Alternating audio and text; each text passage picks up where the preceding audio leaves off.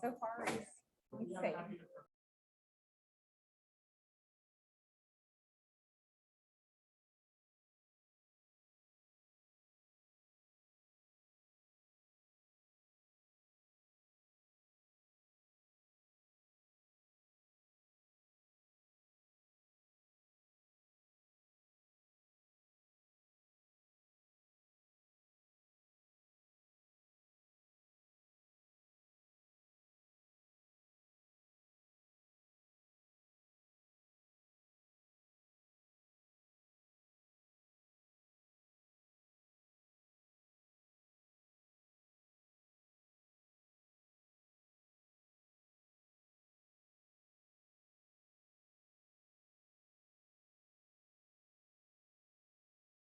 I have a few in front of me here, so Okay. I will open this up. The first one I have is Brent Dodrow with the Chamber of Commerce.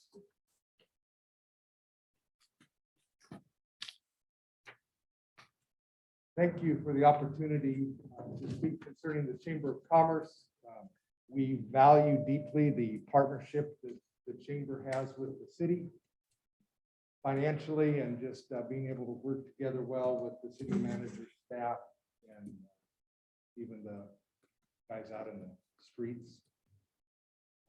I wanted to spend a moment on behalf of the Chamber Board to speak into the decision, this big looming decision you all have to make concerning the new wastewater treatment plant and the location.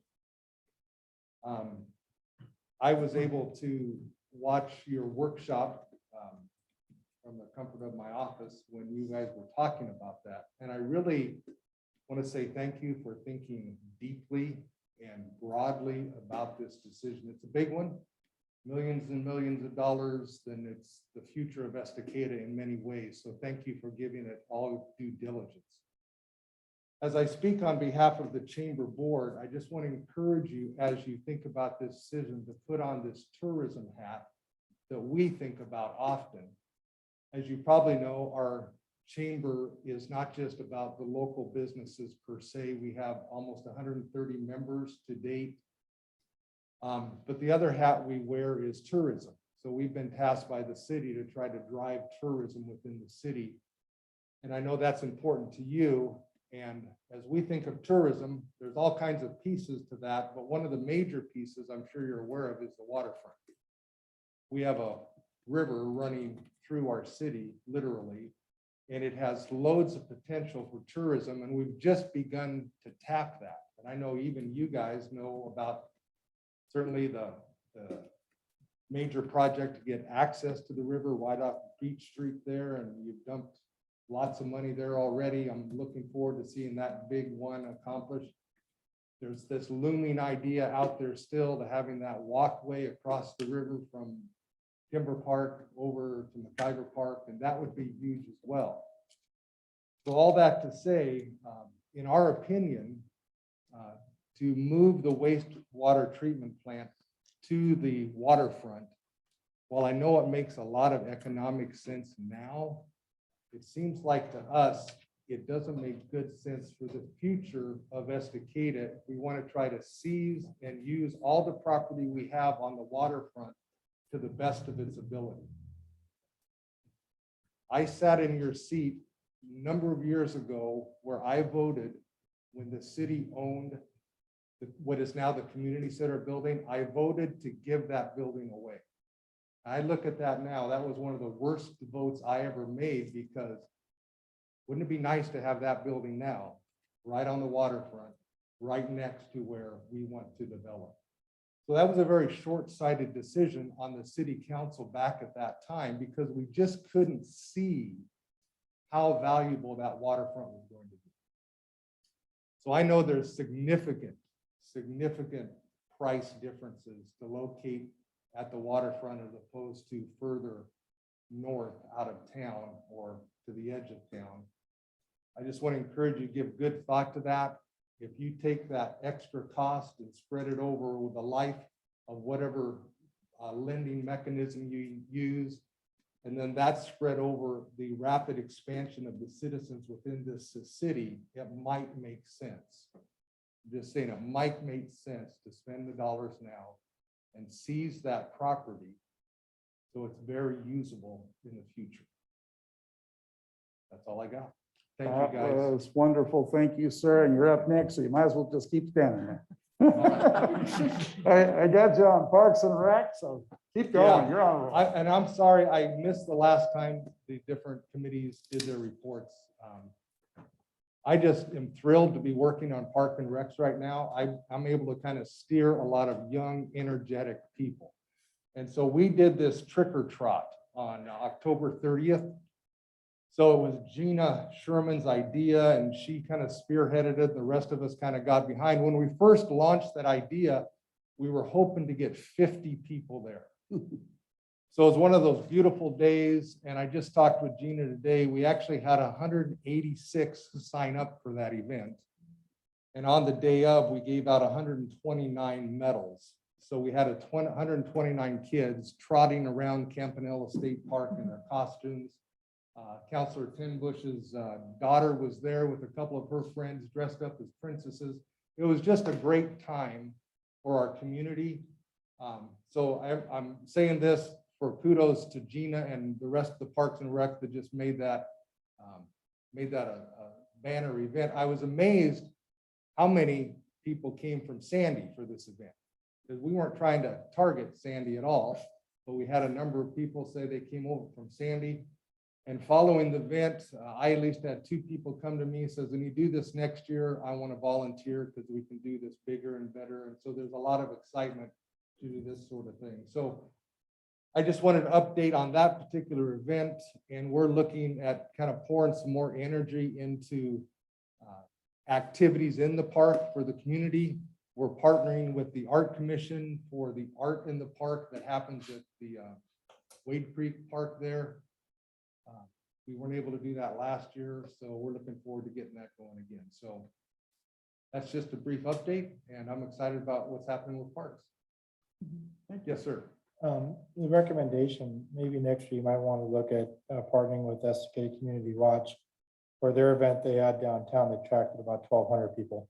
Good. So they have a pretty wide reach, and so it might be really help to boost that event. So I'd recommend maybe reaching out to them next year. Will do. Thank you.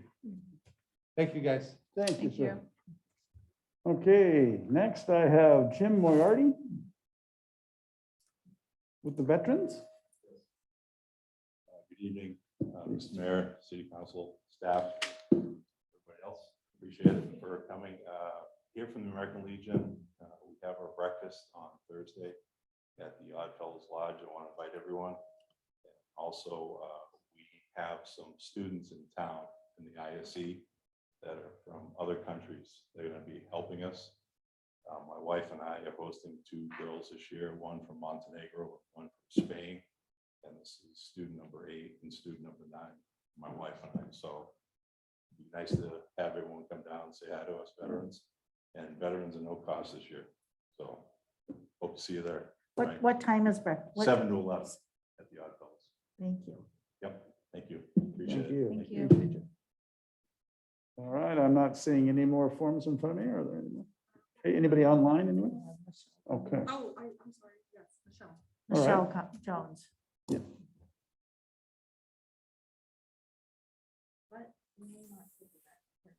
Hi there, can you hear me okay? I understand you're having some audio issues tonight. Are you able to hear We can me? hear you though. We got you. Awesome, great. Hi guys, it's Michelle Jones, the Chamber President for the Estacada Chamber, and just wanted to check in with you guys tonight and give you a little update on what we've been doing.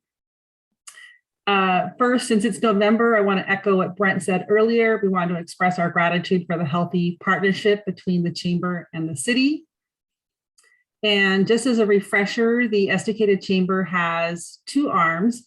One is the Estacada Chamber, whose mission is to strengthen and promote business for the purpose of increasing economic prosperity. And then our second arm is Visit Estacada, which is our tourism brand, whose mission is to promote tourism for the Estacada region. And we'd like to imagine that several years from now, Estacada tourism has established itself as a destination for outdoor enthusiasts craft beverage seekers, unique retail outlets, makers, and art lovers. And to define that direction more clearly, the Chamber has developed a concept statement to be used as a guideline for our decision making. And I'll share that with you tonight. We see tourism as a vehicle for promoting economic vitality in the Estacada region. We envision an environment that will promote, support, and encourage tourism in the area for the purpose of generating revenue that will support area businesses and the overall health of our community. So we currently have 130 active members and are headed into renewal season. We're still working to get back to our pre-COVID numbers of 160 members with a goal of 175 members strong. Over the last 2 years, the Chamber has worked hard to support our members and remain active and vital to our business and community. It hasn't been easy, but we have survived, and in some ways, we have also grown. For example, we used this last year to really strengthen our partnership with Mount Hood Territories and the regional destination marketing organization from the Gorge Mount Hood area. A little more current news. We've missed hosting our chamber luncheons and hope to get back to those in 2022. We will be hosting an in-person holiday member mixer next month. So more details to come on that and hope to see some of you there. We also want to give you a portal update. The portal is the small wood structure next to the RV dump station. You may have noticed that it got a new copper colored roof and paint job this summer. And we're working with Mount Hood Territories and Portland General Electric to develop posters to promote the mural tour and other things to do in the area and region. Next, I want to update you on Shop Small Saturday. It's now called Shop Small Season. The Chamber will be distributing in-store Shop Small marketing items soon. And we also want to share some examples of businesses working together in our community. If you haven't heard about these, I think they're pretty cool. Bent Shovel Brewing is now on tap at Harmony. Ant Farm has a new space and a homework lab, and it's collaborating with the school district. And finally, Kellen's Dogs is serving soup specials in Harmony bread bowls. So for any of the businesses out there, we do want to encourage you guys to just be thinking of ways you can collaborate together. There's just strength in numbers when we do that. And finally, I want to talk about the field guide. Don't know if you guys have seen this yet, but the field guide highlights just a few of the many things that are available to explore in our area. Visitors or locals can soak up local experiences in and around the community. And plus, this thing is useful year-round and perfect for all ages. And you can find the guides at the Spiral Gallery, Wade Creek Vintage Marketplace, Harmony, and Clackamas River Outfitters. One more thing to share really quick, Coin6 is running area promotions for the month of November. I don't know if you saw any of these that ran during the summer, but they did one with Clackamas River Outfitters. So we are getting some local press, which is great. And that's our update. So you can see we've got a lot going on. I'm looking forward to the holidays and a new year.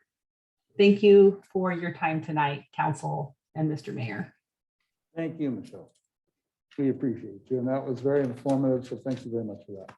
I do have a question. Yeah, go ahead.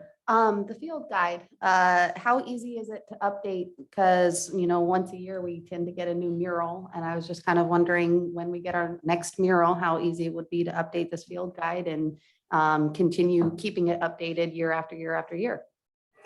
Yeah, that's a great question. And actually, we did a QR code on the back of the guide, and that goes to the Visit Estacada website. So it'll be super easy to update that content because it just goes right to that website. So we did do some thinking about that. That's an excellent question. I'm glad you brought it up. Awesome. Thank you. Any other questions? Where would it go? Again, thank you, Michelle, and we'll look forward to seeing you around town. All right, guys. All right, thank you. All right, is there anybody else on there? Okay, great. Continuing on, we are at the consent agenda. There are a couple items on here, the minutes from 2025, council minutes, and then I have a salary scale update. Are there any questions to this? Joel? Yeah, I'd like to actually move a salary scale update down to council business to discuss it before we look more into what that is and talk about it. Okay, so he's asking to move it to council business. We can move it down, is that right? Okay, great, thank you. All right, we'll move that to council business. Thank you, Joel. Then I'm looking for an approval on the October 25th, 2021 minutes. Can I have one on the floor? Yeah, I move to approve the consent agenda. Okay, I have a first and second. All those in favor say aye. Aye. Aye. All those opposed? Okay, minutes passed. Thank you very much. All right, moving along, we're at department committee reports. So I have the Clackamas County Sheriff's Office report. Is he on here tonight or for an update from the last time we talked to him? No? Okay. All right, great. You've all had a chance to read over what's in there, so we'll look forward to seeing him probably on the next one or one of that. Okay, thank you. We're now at committee and commissions and liaisons. So I'm going to start on your end, Charity. I don't have anything this time. Okay, great. Thank you.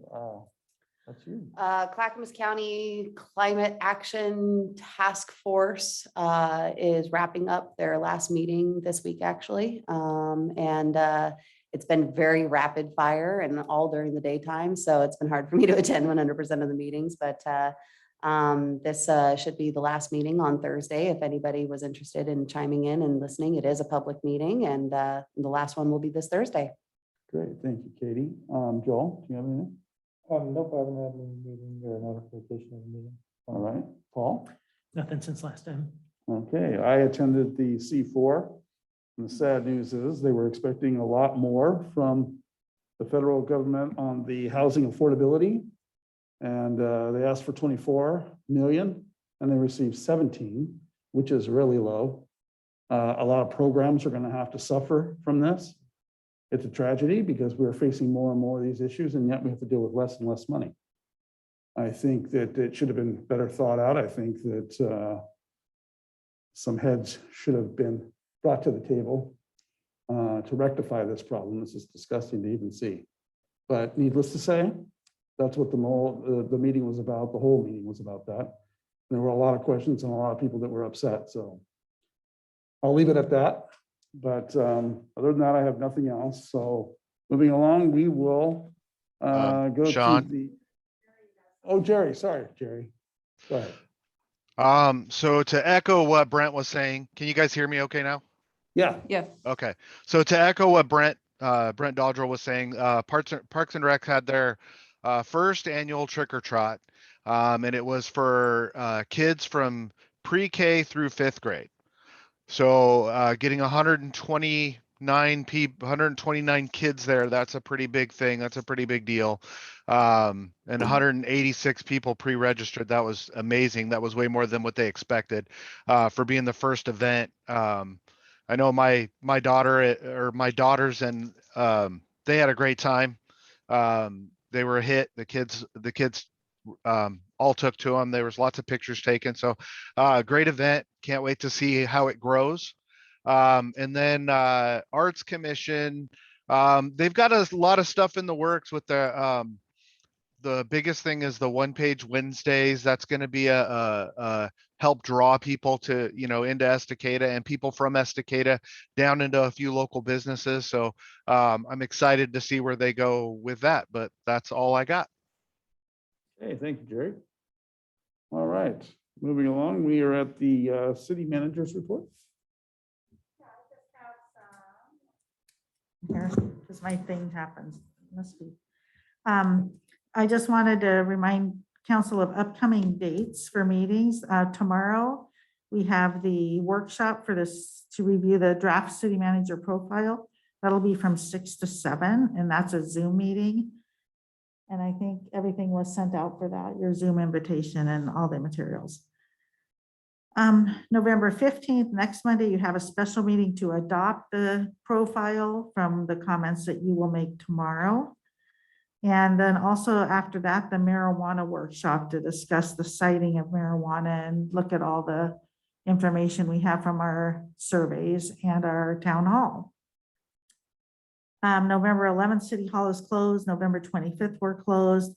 And so your next meeting after that will be December 13th.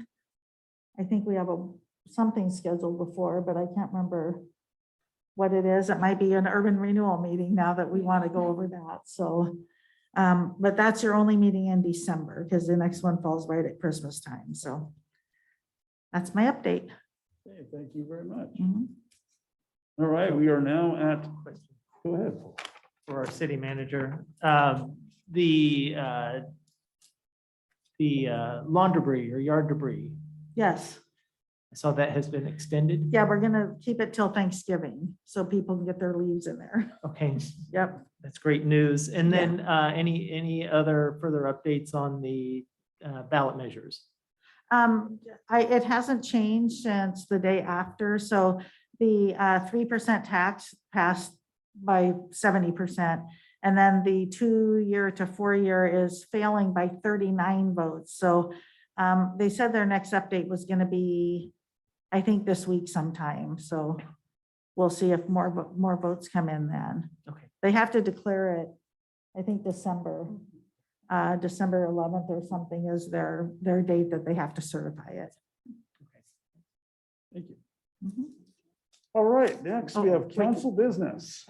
Counselor I got a question. Oh, yeah, go for it. Two things. One, can you send out an updated thing to all the council with all the dates you just mentioned? Sure. Just to make sure. I know you sent one out before, but I think some things changed.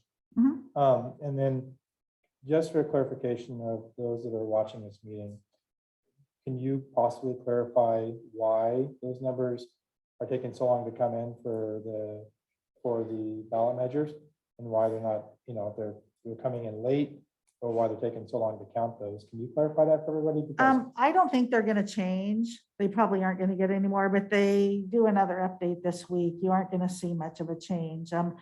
That they had the results at 8:05 the night of, and I think their next one was 3:00. And one reason that it changes then is because they probably haven't picked up the boxes in Estacada till right at 8 or after 8. So they aren't included on those first ones that are run through there. They're included on the second one. I don't think it'll change much, but if it does, it'll be absentee ballots that people aren't here and they haven't counted those yet. But I think absentee ballots have to be there by the date of, so those should be counted too. I don't see much difference coming now. okay. Usually after that second count, it's pretty solid. Sounds good. I just wanted to get a clarification because there's been some Yeah. questions sent to me on that. So. It was probably picking up ballots in the local ballot boxes that changed it from the original one. All right. Thank you. I just wanted to point out that the Clackamas County elections page has an observation schedule. So that's part of it too, Yeah. is that they have to have observers scheduled for whenever they count ballots.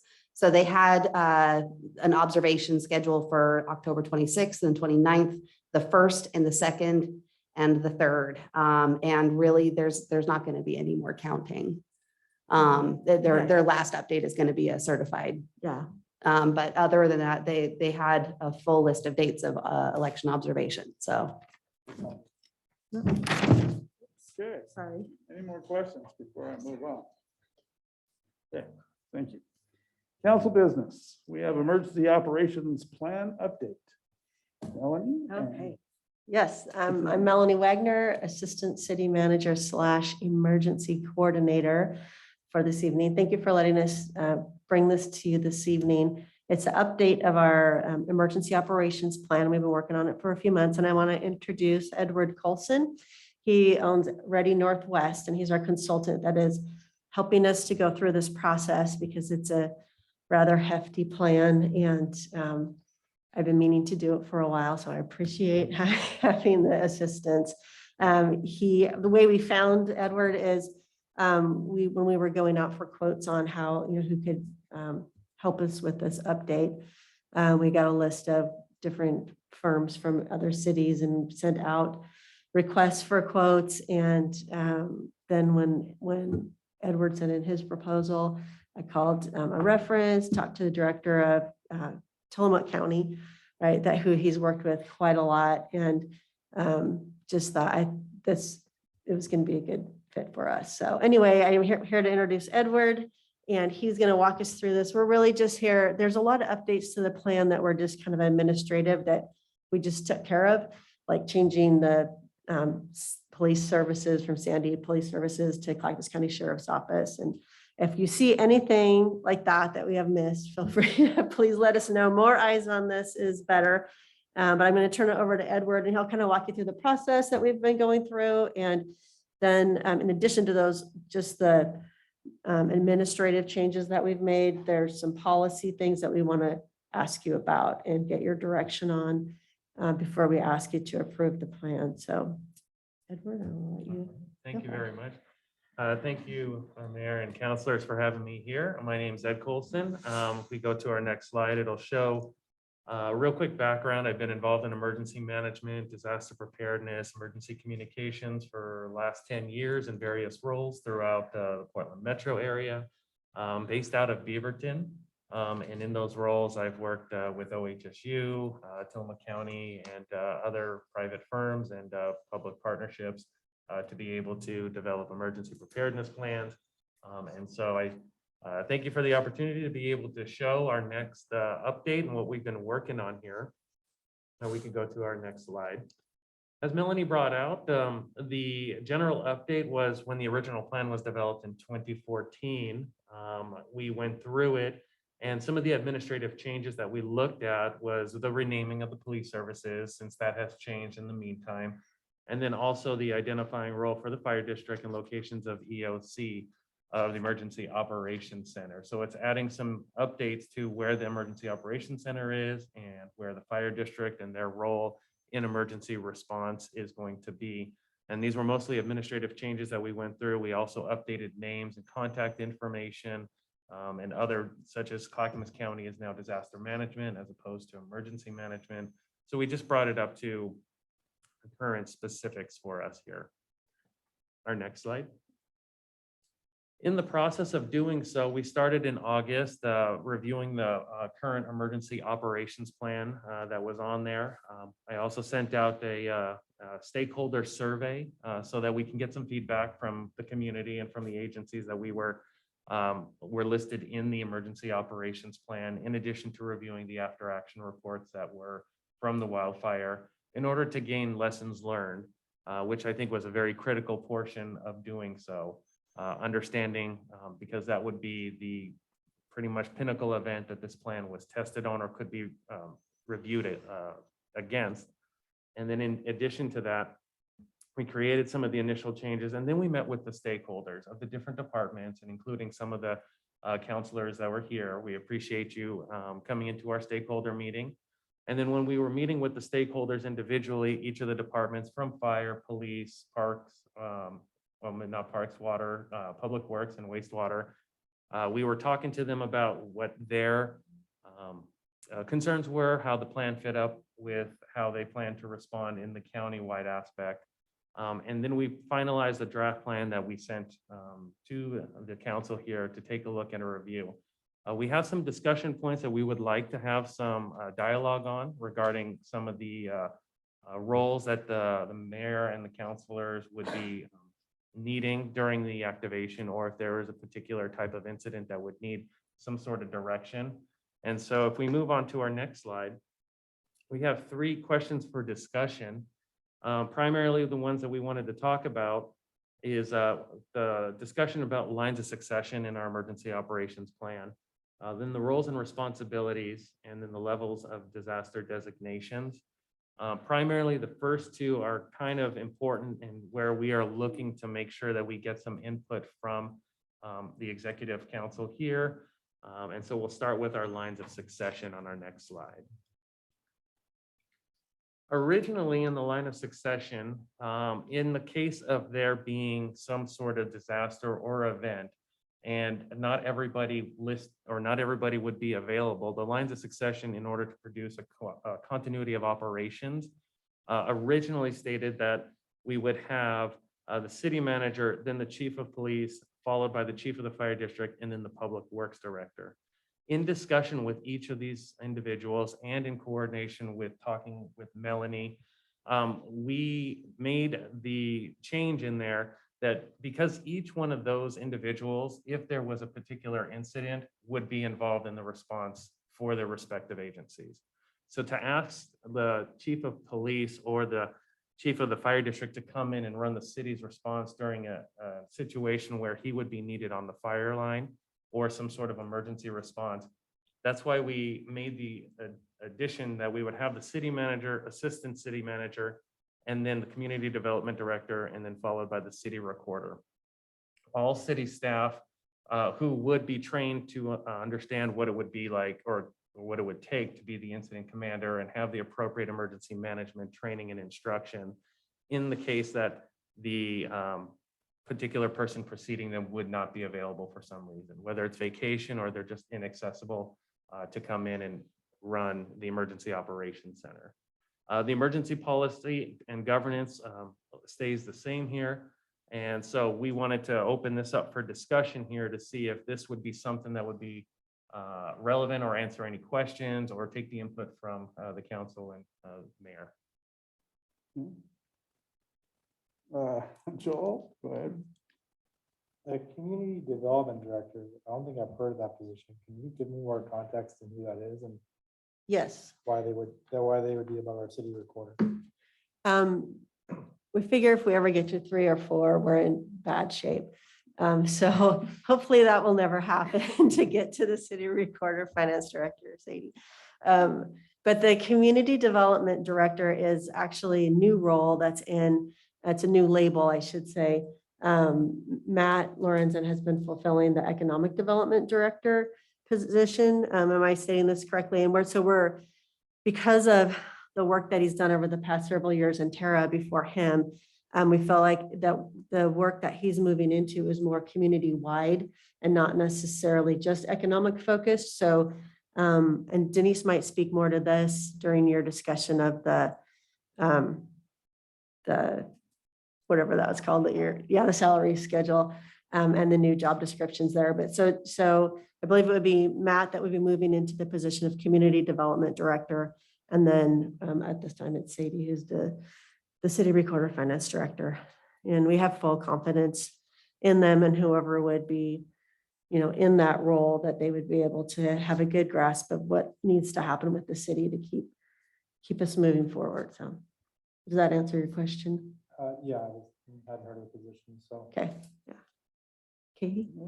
Our counselor, Vincent. Sorry. Hi. So you introduced yourself to us as the emergency operations manager.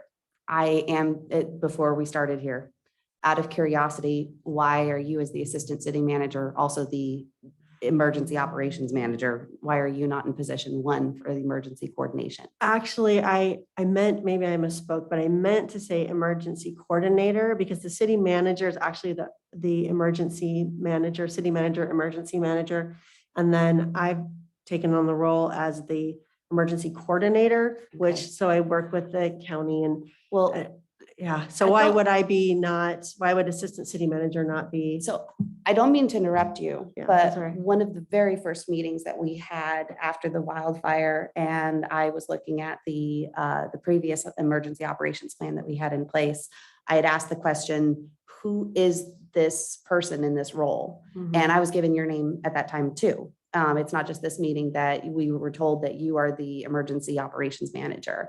We were told right after the wildfires that the role lies with you as well. I guess I'm kind of curious why you wouldn't be moved up to number 1, especially if you spend your 9 to 5, 365 days a year, kind of, managing this operations plan, why you wouldn't be the most appropriate person as the assistant city manager who's tasked with this big responsibility, why you wouldn't be the first person to help coordinate an emergency, especially if you have more working knowledge of it. And I bring it up because we always talk about like, hey, you can't prepare for an emergency if you don't practice for it, right? If you practice something, you're more likely to be able to appropriately respond in that scenario or whatnot.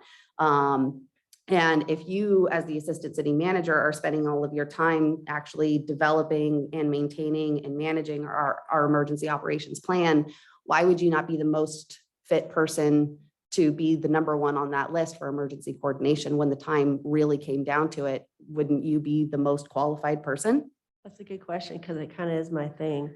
And that's kind People of where don't I'm want to going talk with about it. it. is- Yeah, people don't yeah. want to talk about it sometimes. I get on a roll and they're like, we don't want to talk about that. It's not gonna Well, happen. and really, if you're going to have somebody in the role of filling out the financial reports for, every week, they're filling out the same financial reports. And then all of a sudden we have questions about the financial report. The first person that we should go to is the person who's been doing that report for the last, however many weeks. It just seems to me like it would make more sense that the person who actually helped develop the emergency coordination plan is the person that we go to first, because they're going to have better firsthand knowledge of it. That's a good question. What do you think, Denise? And what do you think, Edward? Because I think.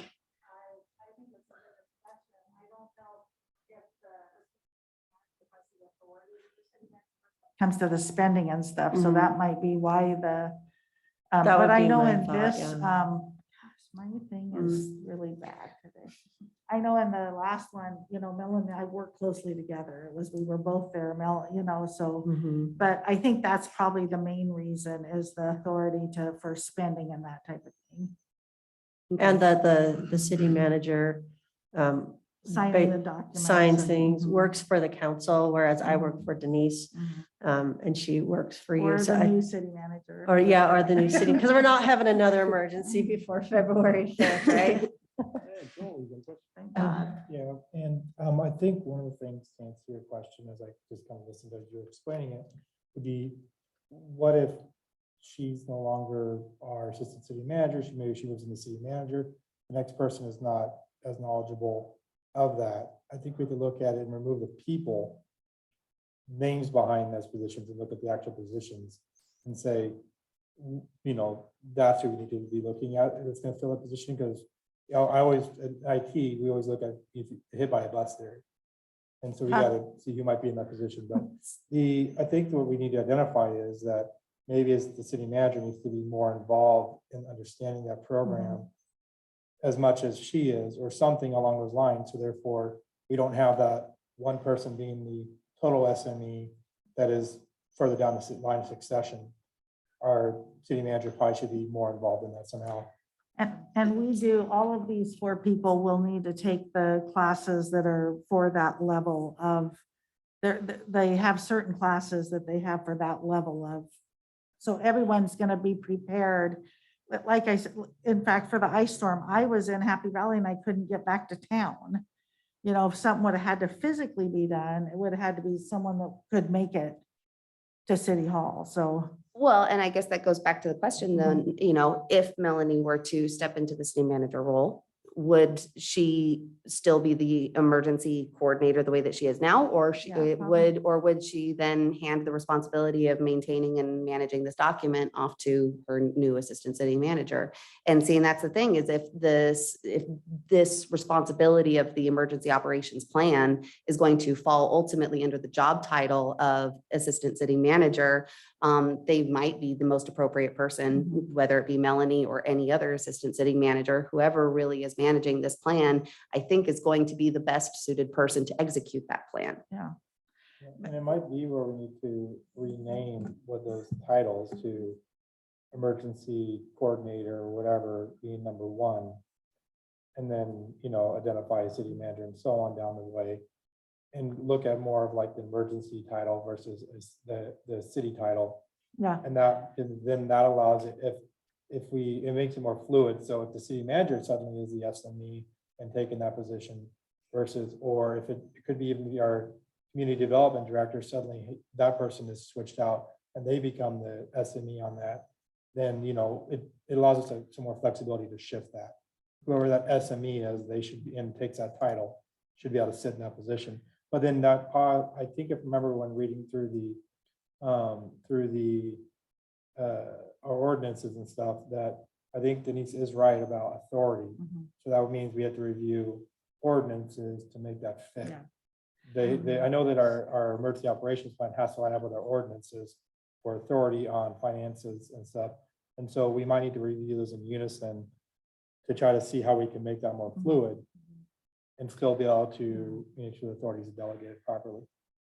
And if you look at the meetings that Melanie goes to that are the, they meet, well, now I don't know if they're meeting monthly, but they were, but, every city, it's not the city managers that's going to their meeting, it's the emergency coordinator from that city that's going to that meeting. And the same with the school district. Melanie works with Mike, I think, at the school district. It isn't Ryan, although Ryan is the emergency person for the school district, but these meetings are not the city managers, they're the coordinator that comes back. And we talk and train in the same trainings. When we have an event, we're all involved in those events. So, I might put together an exercise. yeah. But then as we are bring the partners to the table, then the city manager is at that exercise Mhm. and fulfilling that role that would be asked of that person at the time. So And that's kind of what I'm getting at, is that the person who attends those trainings is the person who mostly, puts on those workshops. That Yeah. person is going to be most suited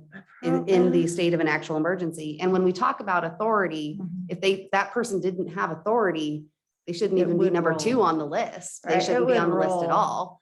And especially if we talk about, we've now declared a state of emergency, which I see is falling under the responsibility of the mayor. Now he has declared a state of emergency. Wouldn't that then give someone authority that they didn't have prior to the state of emergency being declared? Right, so what would happen in the state of emergency, let's say even if Melanie or I were both gone, then that state of emergency would declare temporary to the third person in line. So it would let them have authority at that point, but it's rare usually. And I'm just going to the point that the first person that we should be Mhm. calling in the case of an emergency is the person who knows the emergency operations Yeah. plan best, and the person who has taken the most trainings and spent the most time on Yeah. how to respond to emergencies. And I mean, But all of us will have the same trainings. We will all go to the same trainings that is outlined in that, so. All right. what's been your experience, Edward, with other places? Because I think I see this kind of as a policy.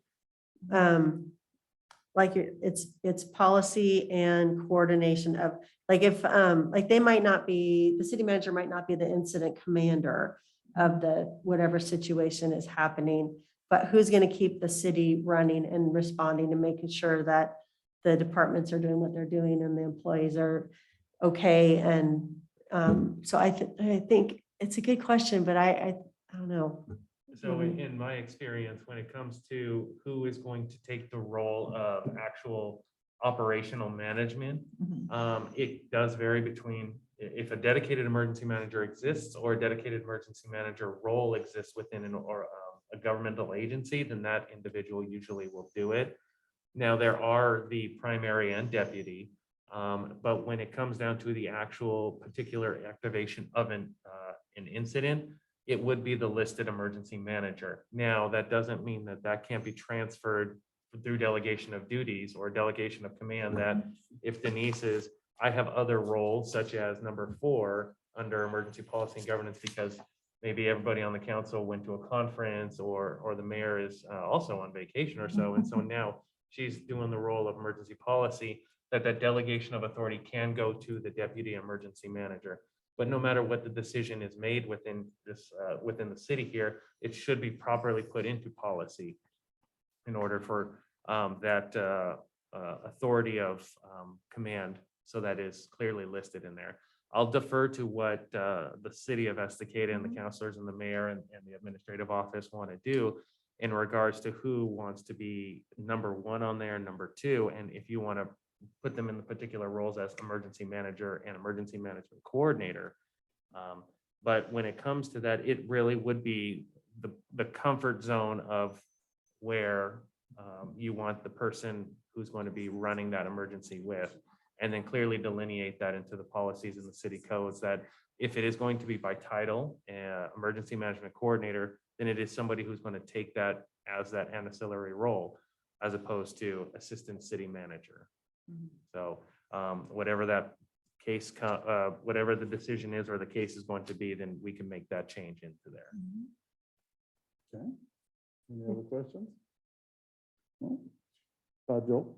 I have questions on the emergency policy and governance side, so we're ready to go to that side. Yeah. Okay. So I agree with most stuff on there, mayor, city council president, that makes sense. But I noticed that it limits it to member of the city council who was last served as president, and then it immediately drops down to city manager, negating all the other city councilors. We need something in there that identifies, because as a city councilor, we're still elected in as the legislative body. We need to make sure that if we run through succession of all legislative body before we go to city manager.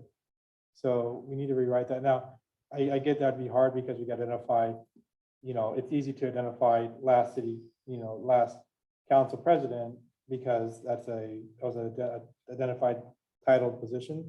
Whereas you get a pool of city councilors, how do you go to the next person? And you could go by time served, or then what happens when you get two councilors came at the same time. But that's something that we have to discuss on how that line of succession would work. And it might just be, whoever answers the phone first, but I think it should still be going through all councilors first before it gets to city manager. So that way we've at least gone through the people's elected legislative body first in the case of emergency policy and governance. Okay. Does anybody else have an idea how to phrase that? Yeah, Katie? Well, I mean, yeah, in a way to phrase it, I like the idea of city councilor who has served the longest term or something like that. Followed by the next city councilor with the longest term. Yeah, so I'd like an order of length of service, city councilor following an order of length of service, Length of election. length of service time. Yeah, Or something like that. Yeah. And then if you get two people to line up, I'd say this first one you reach, probably will word that. because First everything one. will come back to be ratified by the whole council. Yeah. Okay, city councilor serving. I sure hope this emergency doesn't hit us like it's talking with you guys. It's scary. We get all the way down to. I know, we're dropping like flies. It's gone really wrong. We called all 7 of them. Okay, and we will do a little more research and discuss the order of city manager, assistant city manager, who has that real role. In the county, I know they have, like, the county administrator would be called out as, I can't remember what they call them, but then right away it goes to the director of Clackamas County Disaster Management. And so because they have a specific role, whereas I've been trying to update this plan for the past 4 years. And it just, there's a lot of other things that come into play that get in the way of it too. So, yeah. I just think that our emergency operations plan will benefit from specificity, especially because that's what our last emergency operations plan was lacking, especially during the case of an emergency, as I'm pulling up the emergency operations plan that I didn't know existed before a wildfire was barreling toward my house.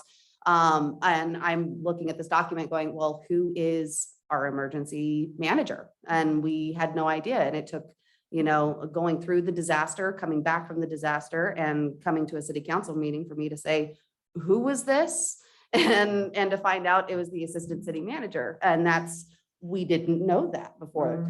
That being said, specificity is really important. And under the roles and responsibilities slide, and I know we haven't gotten Yeah, we there should probably yet. move ahead. We could move ahead Yeah. to that unless you have more questions. Ed. And also, the one problem we had too was the code was not the same as the emergency operation plan, so that will be changing with this also. So Yes, which is I think lovely. Jerry has a question. So my question, I know a big concern after the wildfires was communication, and I don't see that anywhere in the document where there's communication to the rest of council. I mean, that was one concern that all of us had after the wildfire was the lack of communication to the council itself. I mean, we answer to the people, and if there's no communication to us, we can't communicate that out to the community. So that's something I might have missed it, but I don't see that anywhere in this document, anywhere where it says anything about communication to the rest of council. I understand the mayor and the council president will be in the loop, but I don't see where there's any communication to the rest of council. Yeah, so we'll look through that when we do the. And Counselor Tenbush, as the council president at that time, I never received any direct communication from City Hall that the councilors didn't receive also. And you're absolutely right. We went a week in the middle of a wildfire, a week without any communication from City Hall directly to the city council.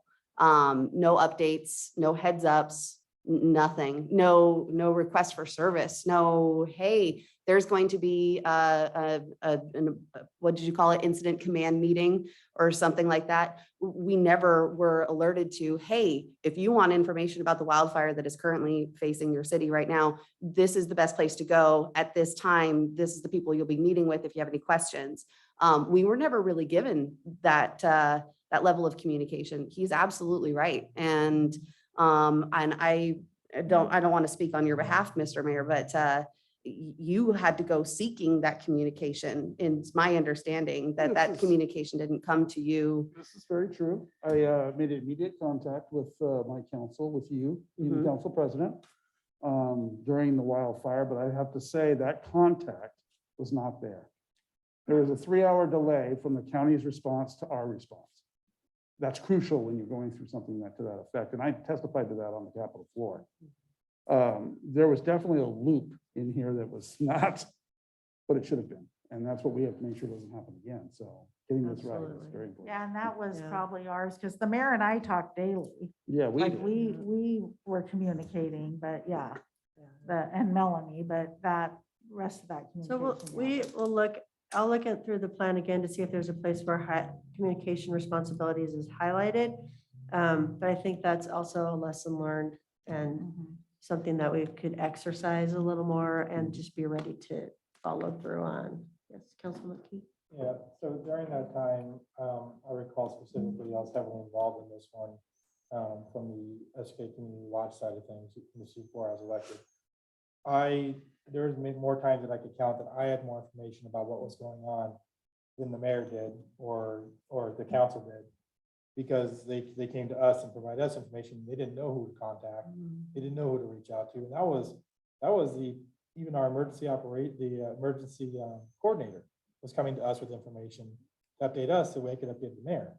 The chief of the fire chief that was over here was updating us because he couldn't have a central place to go to update the mayor.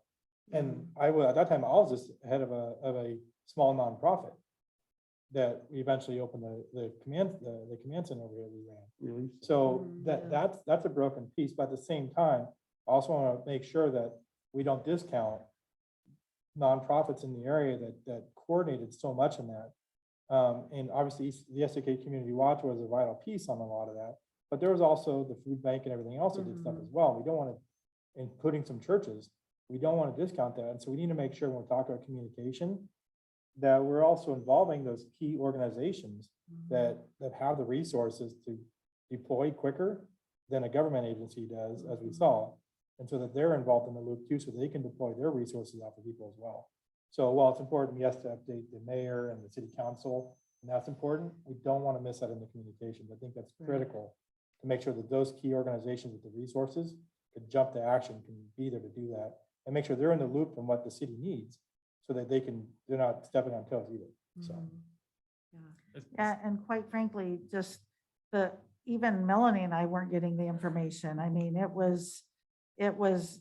we weren't getting information that we could give out. And Melanie was at the center and we were meeting daily with them and we still weren't getting the information. So, but that is being worked out between the agencies. There's a new director, someone took over Nancy's place and he's been working with us on that. So I think with the school has said and what they've been learned through their emergency efforts is that they can do everything right. But if they don't do reunification from kids to parents well, the whole thing is just gone. It doesn't matter. It was terrible. yeah. If that's the key element of anything they have to deal with is getting their kids. That's why they did that huge drill that clogged up the Eagle Creek Highway all afternoon, a couple of years ago when they did that, because it's so key. And I think we have learned through this is that communication and connection is so key through any type of an emergency. So I guess all that to say, get ready for some more exercises coming up. We need to do it. It's hard. It feels like you're I feel like I'm taking people's time from doing real work. But we always walk away from them thinking, knowing that we learned some stuff. So, but we need to keep moving on because you guys have a lot of stuff to talk about. So, did you have any more on And this page? lastly, or just lastly, on the communication part, we did go through the annexes or the checklists that are in the back that are incident Yes. specific to ensure that communication is made, but we will go ahead and double check that those checklists review what is actually in the plan too, so that they're matching. So somebody who has a checklist can just go down and say, notify and put this out, information out to who needs to be, but we want to make sure that it'll be in the plan in the appropriate spots. Mhm. Just Perfect. throwing it out there, something like an idea of a timeline of, within 24 hours of an incident becoming, coming to light, that these certain people need to be alerted. Yeah. And within certain days of an incident continuing, that these certain people need to be involved at this point, and just make sure that there is an accountability there, that somebody is required to communicate with certain stakeholders at certain points in an incident. And I think that would be really important moving forward. Absolutely. We'll make sure that goes in there. So if we go into our next slide here, we're going to just talk about our roles and responsibilities here. And primarily in addition, for the roles and responsibilities, we wanted to make sure that the mayor and the city council understood where they are when it comes to a disaster response, and where the role and responsibility is for policy, budget, and political direction versus the actual operational and tactical direction that would be initiated by both of the offices. So in this particular one here, policy, budget, political direction, and we're going to add communication to the community, is borne by the city council, and then the mayor's representation is that the state of declaration needed for the city comes from your authority there. And if there's any questions on here, we'll be happy to continue the updates on there, but we'll also once again include that communication aspect. Commissioner, or not commissioner, councilwoman. Declaring a state of emergency, can we specify anything to do with evacuation levels or issuing evacuation levels? Even if it's specifying that this does not include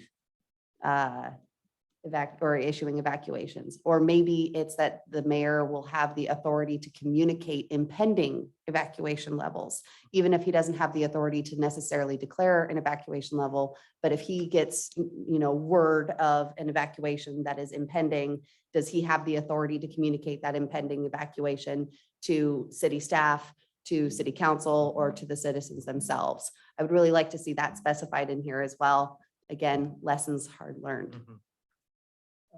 If I recall, because I looked over that ordinances a lot, it actually says that the mayor does have authority to order an evacuation of the city. And so that's actually in our ordinances right now currently. So one of the things that during the meeting that I recall that you guys had said, and I want to ask you straight out if you did this or not.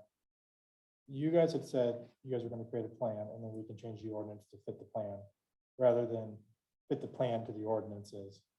Did you guys rewrite ordinances that we're going to approve to fit the plan? Or did you guys take what I had identified and say, no, you don't change the ordinances to fit the plan, you fit the plan around the ordinances, because that's the ordinances are the foundation, not the plan.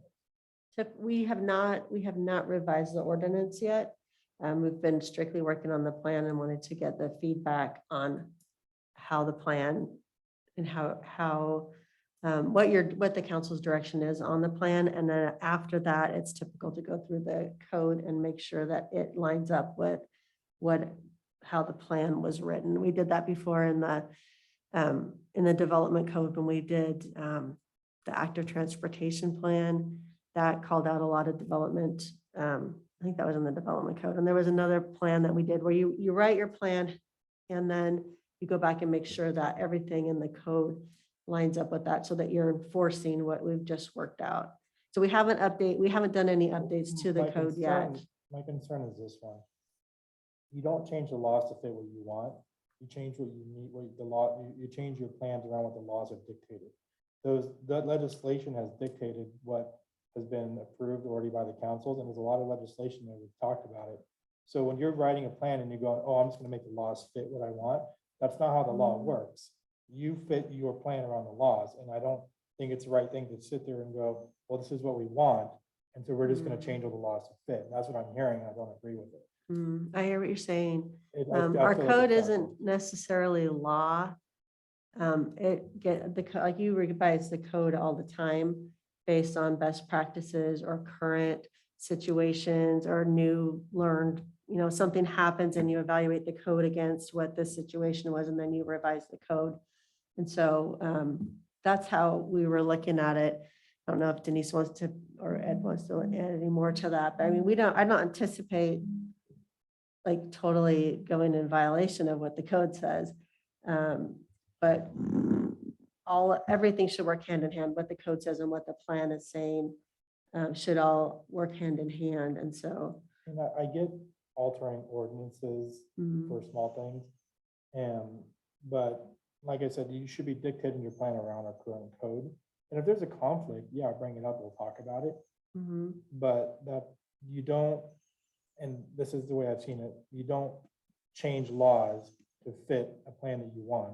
You fit a plan around the laws that are in place. And if there's a conflict, then yeah, you bring it forward, but it should stand on the law that's in place. And the ordinances are laws. For example, we have a nudity ordinance that was recently passed that you can write a ticket against. That's a law. So the ordinances are law. They are, yeah, you're right. They are Yeah, the so current you law. don't change the laws to fit what you guys want. You change the plan around the laws. And then if there's some weird situation, yeah, we can talk about it. But I find that that's a constant issue. I've seen in other cities where they're just going, well, this is what we want, so we're just going to dictate what we need to change in the laws to fit. Those laws were done over multiple councils and over a legislative body over time to determine those. And they're not just willy-nilly to be changed. They're set, laws should be more concrete than that. And that's the way that I feel like it's being misconstrued there. So And that's why I don't agree with. So the ordinance was written after we did the last, so what we did last time is we did exactly what we're doing now. We looked at our emergency operation plan. We took that, everything you guys do is law. So this plan, creating this plan. And then what we do is we take this plan and look and see if it does, you can either put it in the code or you don't have to. A lot of cities, they don't have an emergency management thing other than says, refer to the emergency operations plan. These things that are in the code now got put in there from exactly the same procedure we're doing right now in the last time that we did the plan. And it's just like, we're changing code all the time, just like the BlackBerry thing. You guys talked about that. You had us research it, which is what we're doing now. We came back to you with a suggestion. We changed that law. We changed that code. So this is the same thing. You guys have said we need to look at our emergency operation procedures. That's what we're doing now. And then you can use that. We're talking about all these things. If you look at our code, we're talking about all these things are just in that. And some of them might change and some of them might not. In fact, the succession, other than the city manager thing, is exactly the same wording as here. But now you guys want to change, because in the code, it was the mayor, the council president, the previous council, and the city manager. And now you're saying we want it to be another counselor. So we'll have to go in and change the code, because that's one of the suggestions that is coming in this procedure. And I understand that. And so, and maybe they're not explaining it the way that I'm seeing them as they're coming across to me, is that I get when we have specific issues like redoing the code when it comes down to looking at our succession of stuff. I get that. That's a specific incident that was pulled out. But they're telling me they're writing a plan and then they're going to change the code as we need to change it, versus going, hey, let's look at the code we have, let's build a plan around that. If there's a weird thing that pops out at us in the code, then we should bring that forward. And Yeah, I'm we seeing- I'm seeing definitely it, like, the way will I'm if seeing there's it, I'm seeing something. It's going the wrong way. Mhm. So maybe Yeah. maybe you guys can clarify that. Are you building a plan around our code? And if a weird nuance pops up, then you're bringing it forward? Or are you just building a plan and saying, we're just going to change the code as we see fit? No, we're building the plan, we're getting feedback from you. If there's something completely contradictory in the code, then we would come back to you and say, Which do you want us to change? The plan that we just discussed, because maybe we weren't looking at all the elements, it takes a lot of forethought to to see what's going to happen and what's the best response. So if what you're telling us here, and then we go and look at the code and it's more than just words that need to be tweaked, we'd bring that back to you and say, hey, this is what the code says. This is what we're thinking is best based on our current, most recent experiences and going through what we've gone through in the past little bit. Which do you want us to change? Do you want us to align this plan with the code, or do you want the code to go more with the plan? So it's going to come back to you either way. And I think we've I had think- enough I think those are discussion the- on Am I missing the I point? say, let's go through this, read the whole thing out, give it to us. We'll look at this, we'll Okay. find where we need to change things and we'll get to that. So just go ahead. Yeah, with this. okay, sorry, I Okay. didn't mean to bog down on that, yeah, okay. One thing on this, I would like to point out, the third bullet down, declaring state of emergency, this is one of your roles and responsibilities, and providing support to on-scene incident commander and requesting assistance through the county. And there's a process for requesting assistance that goes through the Emergency Operations Center that isn't really managed by elected officials. But what I saw during the fires and even through the ice is that you, as elected officials, reached out to our state representatives, county commissioners, state representatives, and we ended up getting resources and funding that we needed because you collaborated with our county commissioners and state representatives and our county and state elected officials, I guess is what I'd kind of like to change that, which I didn't tell Ed, sorry. I know you keep reading through this and it's like, wait a minute, maybe this would, so that, I don't know if that's something that would make sense to just add that in there, requesting assistance through county and state elected officials, because the actual quote unquote resource requests go through the operational side of things. And if you don't, we can just leave it like that, because I think we're gonna be better at coming back and looking at, we can update this on an ongoing basis. Sure, yeah. As much as you want, but that would be one of my recommendations. Yeah, no, I like that. Okay, I definitely would like to see something about evacuation levels, not just state of emergencies, but evacuations themselves Okay. being specified on this roles and responsibilities page. okay. Okay, perfect. And then on our second one, just our general roles and responsibilities kind of outlines the different types of agencies and what they would be in charge of, and the responsibility of emergency management, which goes into our next slide, which determines our levels of declaration. Now, these levels of declaration, they happen all the time, or these levels of incidents happen all the time when emergency response happens. The big delineation that we're looking for here is that certain levels may exist that may or may not necessarily need an emergency operations center to be open. So if we pre-plan and see that there may be a winter weather event, or we're under a red flag warning, and the pre-activation, we want everybody to be, activate our emergency operations center. So we're ahead of the curve is behind the ball. And so that's what these levels of declaration are. So our level 1 is usually the ones that our fire department and law enforcement and EMS handle on a daily basis. If we move on to our next slide for level 2, we start to increase into our particular levels. These may start to be mutual aid assistance. These may also start to bring in other departmental assistance as well. So City of Estacada Public Works now needs to ask upon the county for their assistance in maybe a DOT matter, so more sanders, plows, etc.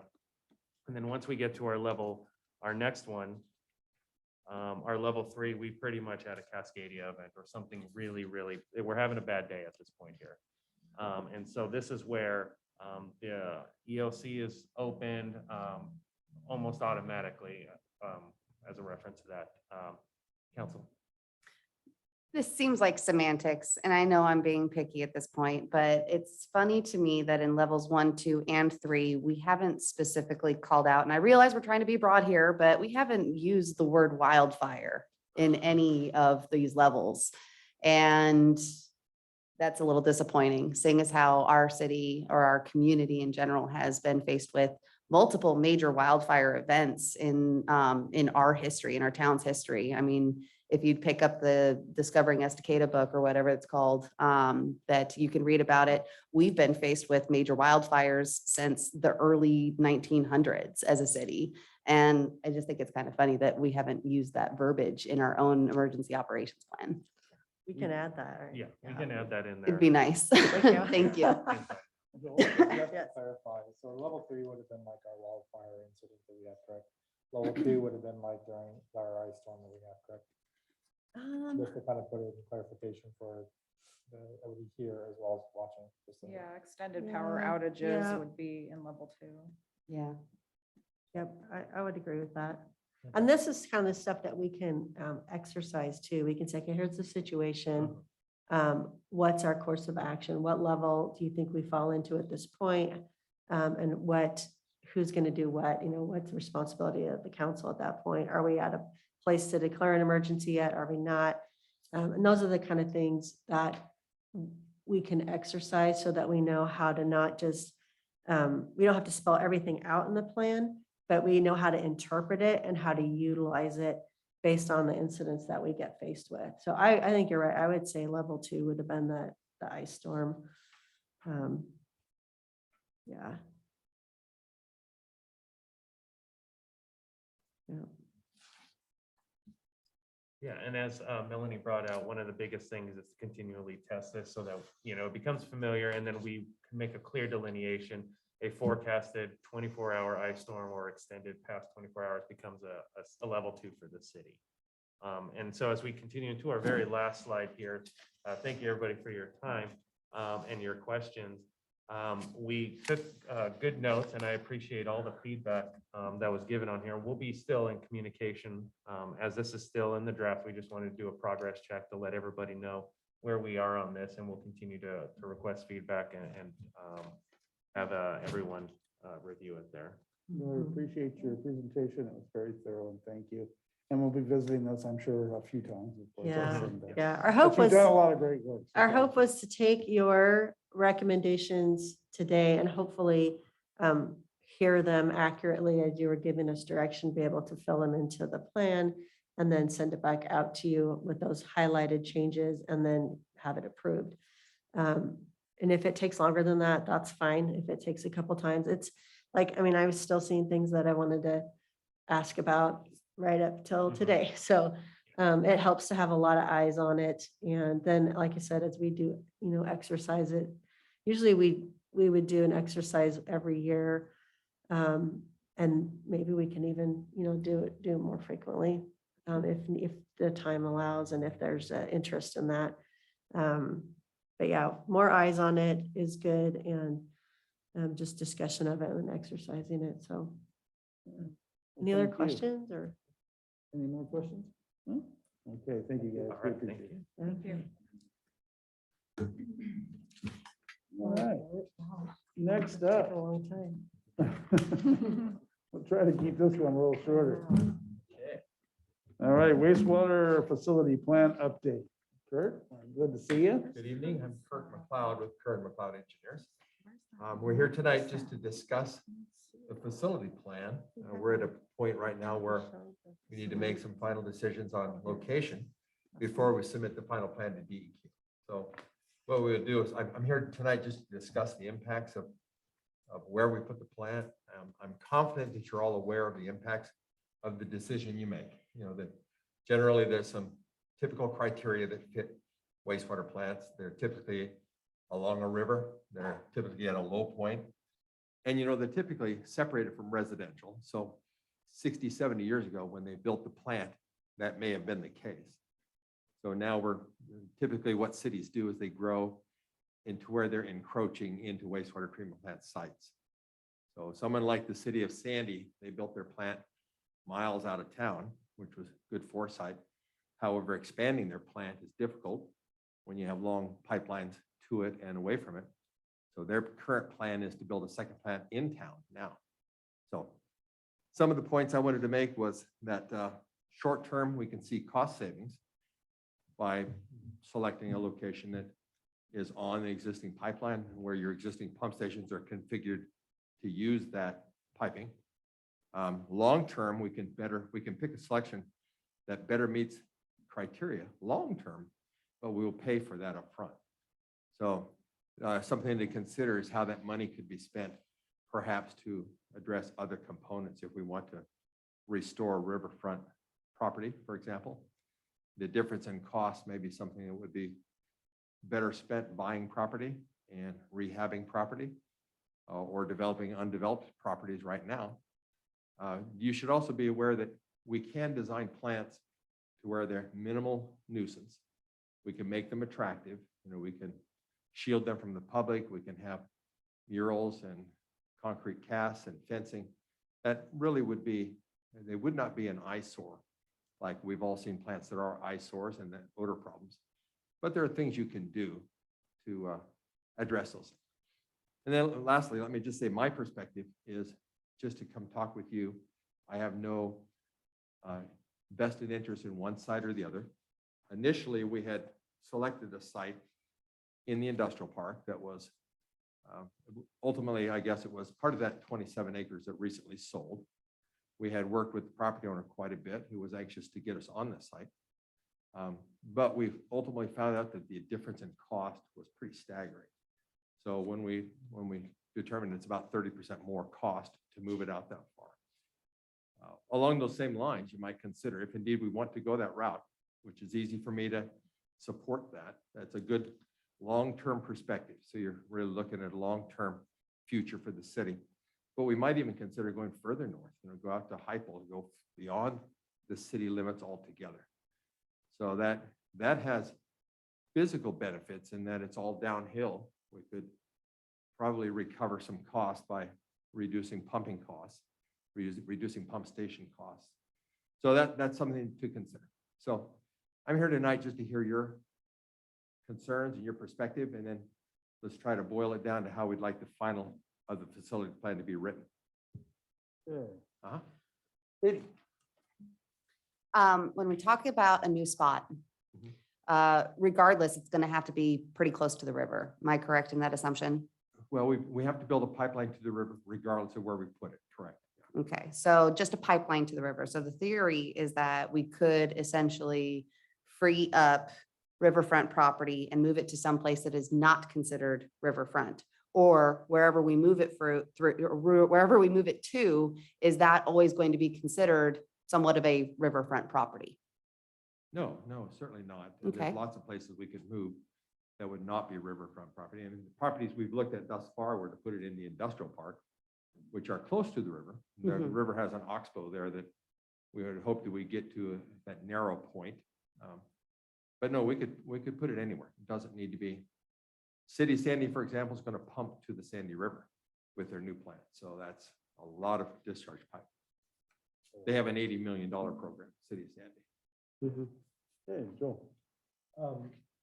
First of all, I want to point out, Brent Dodgel made some good points earlier. It's the points I've been making all along, that we can't be short-sighted in putting it in our current location. We have to look out further. And yes, while it might cost more upfront, it's a longer-term investment we have to look at for our city tourism, for growth and expansion, and freeing up that city, that waterfront. Because one day we may grow out to that area where there's homes or businesses on there, that we want that waterfront. Plus, our current pipe is dumping in up above the dam into the Estacada Lake right now. By relocating it, we have the option to dump it below the dam and not into the lake, even though it's, the water's been cleaned and everything else. That's still something that it's not an attractive piece to dump that into above the dam where we're trying to make that into a recreation area. So we have multiple benefits to moving it out to like the industrial area or like Hypel, as you said, or somewhere else, basically further out. That's going to be beneficial in the long term, even if that means a current now higher investment. I think it's going to have much better effects for the city over the long term. Hey, thank you, Joe. Katie? I guess just based on the development that I've seen happening, especially on like the Deuce Road area, I kind of see the Hypel Road area being sort of a prime location for the next boom for the area when our population really needs to expand. There's a lot of shovel-ready land over there. And honestly, if we move it to, out in that area, Hypel or the industrial area, I honestly wonder how long it's going to take for that area itself to become the new residential zone for us. That being said, I do want to point out to people that even when we dump the water into below the lake, there's a lot of people that choose to float between Feldheimer and Barton instead of doing the Barton to Carver because of how overpopulated that area has been. And there have been a lot of presentations given by the Clackamas Watershed Council, I believe it is, who talk about the tourism in the Clackamas River specifically, and how the South Clackamas River has a lot of tourism compared to the, North Clackamas has more compared to the South Clackamas, which we consider Upper Clackamas. So Upper Clackamas River has underutilized tourism, while the Lower Clackamas River, which is more north directional wise, has a higher amount of tourism. And when we talk about it going below the dam versus above the dam, right now, that's where all the high tourism already is. So I do want to point that out. Wherever we dump the water, it's going to go into the river one way or the other, and it's going to affect some tourism, even if it's not Estacada Lake. It's still going to affect some Clackamas water or Clackamas River recreation there on the water. So I do just want to point that out to everybody. And again, knowing how the development has happened in the last 10 years, and then already thinking about where the development could happen 10 years out from now, and identifying prime real estate and prime locations for new subdivisions to come in, because eventually that area is probably going to be the new residential zone anyway. And I'm gonna take a turn, guys. Thank you. My thing is, I went and visited the Gresham. That's the major, okay? That's a major, that's growth at its maximum right there, okay? Then I went to Canby and visited theirs. That's us in about 10, 15 years, when you say? So in both locations, though they have all the newest, latest and greatest, their footprint is huge. Okay, it's bigger, a lot bigger than we've got right there in the park. So that tells me that we've got an issue here, that no matter what we do with that, we're going to be spending more money to maximize at a later date. That doesn't make any sense to me. Even if right now we have to put up a few more dollars here and there, we'll find a way. There's grants out there. There's all kinds of things we can look at. But it only makes sense that we put it in an area that we know that's going to be good for a very long time, because that's what it's really all about, is saving the taxpayers money down the line too. Not just what we have right now. I know it's cheaper, quicker, easier, but that's been proven throughout history to be a failure. Quicker, cheaper, easier always ends up costing some more. So I hope that when we take a look at that and take a look at what Brent said, that is our riverfront. And by God, that's Estacada. That's everything that we do down there. And it's smack right, it's right there. It seems to me that if we incentivize that area, put in docks, put in areas for people to play in the water, to enjoy it, it makes more sense than holding it up with a sewer plant. And that just makes sense on that one. But yeah. So I agree that Hypel may turn out that one day. It was just something you threw out there. And I don't know where all the best areas are going to be, because I haven't gone through and looked, and this is going to be where the next subdivision is. The industrial areas where I've been pushing, because that's an industrial area. There's not going to be houses in the middle of an industrial area. We've designated that area as industrial, and I'm sure it'll continue to grow into industrial. You get other types of smells and everything else that happens over there. And so it just fits better. If that's not the perfect location, we can find another one, fine. But that's the area that makes the most sense for the longest term. If we buy a large piece of property there that we can not only expand onto as we need to grow, as Mayor Drinkwine has mentioned, but also we might be able to move all the city shops on there if we get a large enough piece of property, combine everything down to one location, and then we free up a lot more property in that area for riverfront, as you mentioned, to turn into more tourism. And tourism is what we need. We need tourism to come out here because that brings money into the city. that helps the city and the businesses grow and survive. So, and as Brent has pointed out, that is part of the goals that they're pushing to get people out here to help the businesses. So putting something back in the backside of industrial area like we originally have surveyed before seems to be the wisest decision for the longest term. And, you know, Mayor Drinkwine has pointed out, short-term projects and short-term solutions never work out. We are here to be best fiscal decision makers, not for just today, but for the long term now and for future councils that are ahead of us to rely on. We build that foundation. We have to make a decision that's going to affect people 40 years from now. And so that's what we need to be looking at when it comes to something as significant as an infrastructure project like this. And there is money. I believe the infrastructure bill from the federal government just got released, and there's money in there for stuff like this. And we might be able to get a good portion of this paid for. But besides that, we need to pick a location that we're looking at 40 years in the future. And then currently right now, there's an industrial park that fits that solution that we've already reviewed. We should really be taking under consideration to put it out there and spend a few extra dollars now to save taxpayers a lot more money later. Well, can you talk to us about the running the pipeline across restricted use land?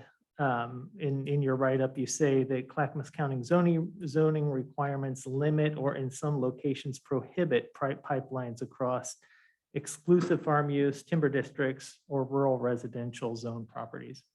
Right. We anticipate, even with directional drilling, where we wouldn't actually disturb the ground, we will have a challenge to get Clackamas County approval. So just because they prohibit pipelines through that zone. So there's ways around it, perhaps, perhaps it would not go directly from the industrial park due west to the river. It may be that we'd have to pick an alternate route that avoids certain zoned lands. So, but the county does restrict pipelines even on some of their zoned properties. I'd like to maybe give feedback on 3 or 4 of these questions, if that's okay. Sure, that'd be great. Okay, so first of all, I don't want to give a bad rap to the treatment process. So what we're doing now is we've proposed a membrane process. It wasn't the least cost option for your expansion, but we have proposed a membrane because we think that is the most proactive. It's going to meet water quality standards for well into the future. This process actually mechanically filters out all bacteria. And then we have disinfections to make sure we take care of all viruses. So we're mechanically straining all bacteria. If you can recognize what I mean, that the pore size that we filter every drop of water through is smaller than the bacteria. So I don't want the Clackamas River users to be concerned about where the water goes in. Where we put water in, we're going to exceed the water quality standards that we have. I wanted to talk about the residential growth, and that area that we talk about is industrial. So we have industrial area in the industrial park, but Farmstead Road is the UGB limit, and we have residential across the street from that. So even though it's not within the city, we should still have a concern that there are residences close by. The footprint, you mentioned the footprint. Canby's a conventional activated sludge plant. It's got clarifiers and big old aeration basins. The new technology is incredibly smaller footprint. So for example, working at government camp right now, and that the existing tanks they have, there's a new process just to modify that tank, a sequencing batch reactor, and it gets 60% more capacity out of the same tank. So the same thing is happening with membranes. So there are new membrane products that just make your footprint very small. Right now, we are retrofitting the plant at Salishan Sanitary District. And within the footprint of the plant that was built in the 60s, we're able to retrofit membrane that will feed or that will serve their needs through build out of the district, as well as adding another 250 homes that are on the Salishan spit. If you're familiar with that, the spit is not part of the district, but we have the potential that they could be added later, and it still fits within the footprint of the plant that was built in the 60s. So the new technology footprints are substantially smaller. The rock pit is another thought. It's not just Hypel, but perhaps if we want to stay closer to town, we would want to negotiate with the rock pit and see if we could That'd be ideal to drop down that lower elevation, be hidden closer to the river. It's not in the city limits, so we have Clackamas County challenges to overcome to get there. And then we have a producing rock pit that we'd have to contend with whatever financial impacts. And I've spoken with the owner of the rock pit, I think in Arizona. And so he was adamantly opposed to anything, including a pipeline, until we talked for a while. And we're just going to have to bend over backwards to make sure that we're not impacting his business, which is, it's doable. I wanted to also comment that the existing plant location has got industrial zone on one side and it's got a park on the other side. So it's actually a relatively good location for being isolated from residents. I understand the Lakeshore Trail is right there. I understand the portal is right there. So we want people to start their exploration along the riverbank at the portal and walk into town. But I also want to have you understand that there's a lot of things you can do to make it attractive, to make it certainly not an eyesore. So there's things we can do for odor, there's things we can do for what they can see. So from what you see on the path, you know, we could make sure there's buffers, we can make sure there's landscape buffers. You saw that layout that I gave you, just a concept of what we could do on that site. I think there's plenty of room on that site that'll give us 50 years worth of growth. Although growth in this town is a question because we're seeing 12% right now. So when Portland State University says it takes 45 years to double, and yet our growth that we're seeing says we might double in 6 or 7 years. But it's just hard for me to imagine that can continue. You know, we're gonna see a huge growth spurt, but ultimately it's gonna calm down. We're not gonna see that kind of growth very long.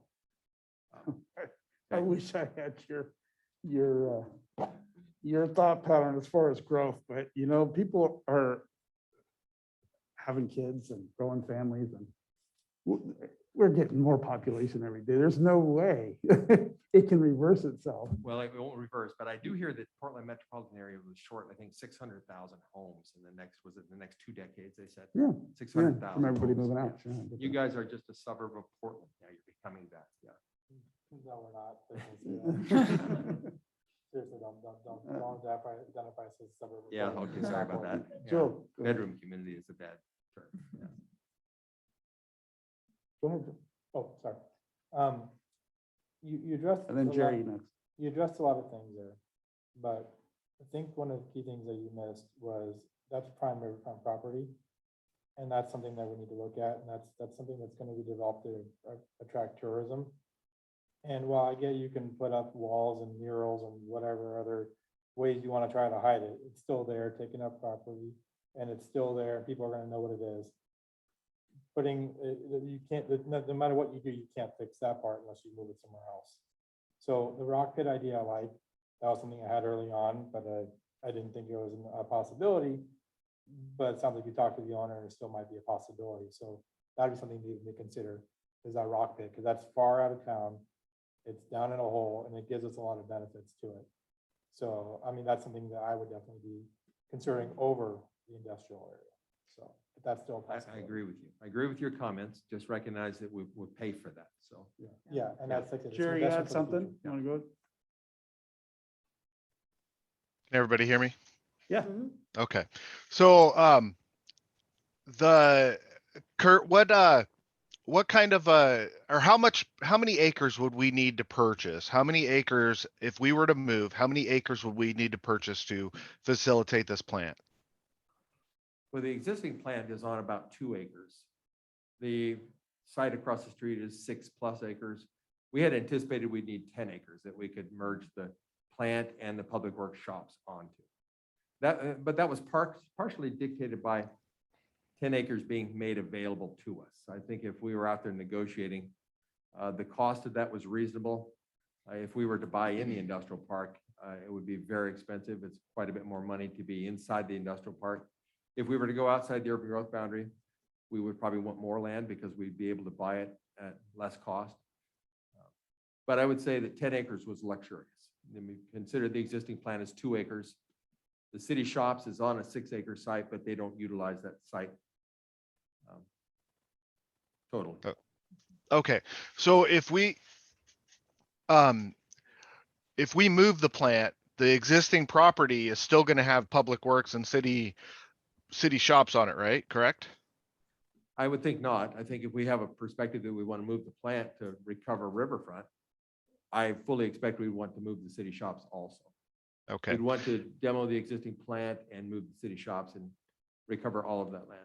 Okay, and was that the cost of that, was the cost of all of that, was that in the last, I guess the $21 million proposal to move the plant, was the cost of doing all of that in that proposal? No, I think we anticipated that the cost of demo would be approximately the cost of the salvage value. So I think it's a push. I think you'd recover enough cost of the land to pay for the cost of demo. I don't Okay, think you'd make a lot of money selling the property, but I don't think it costs you a lot of money either.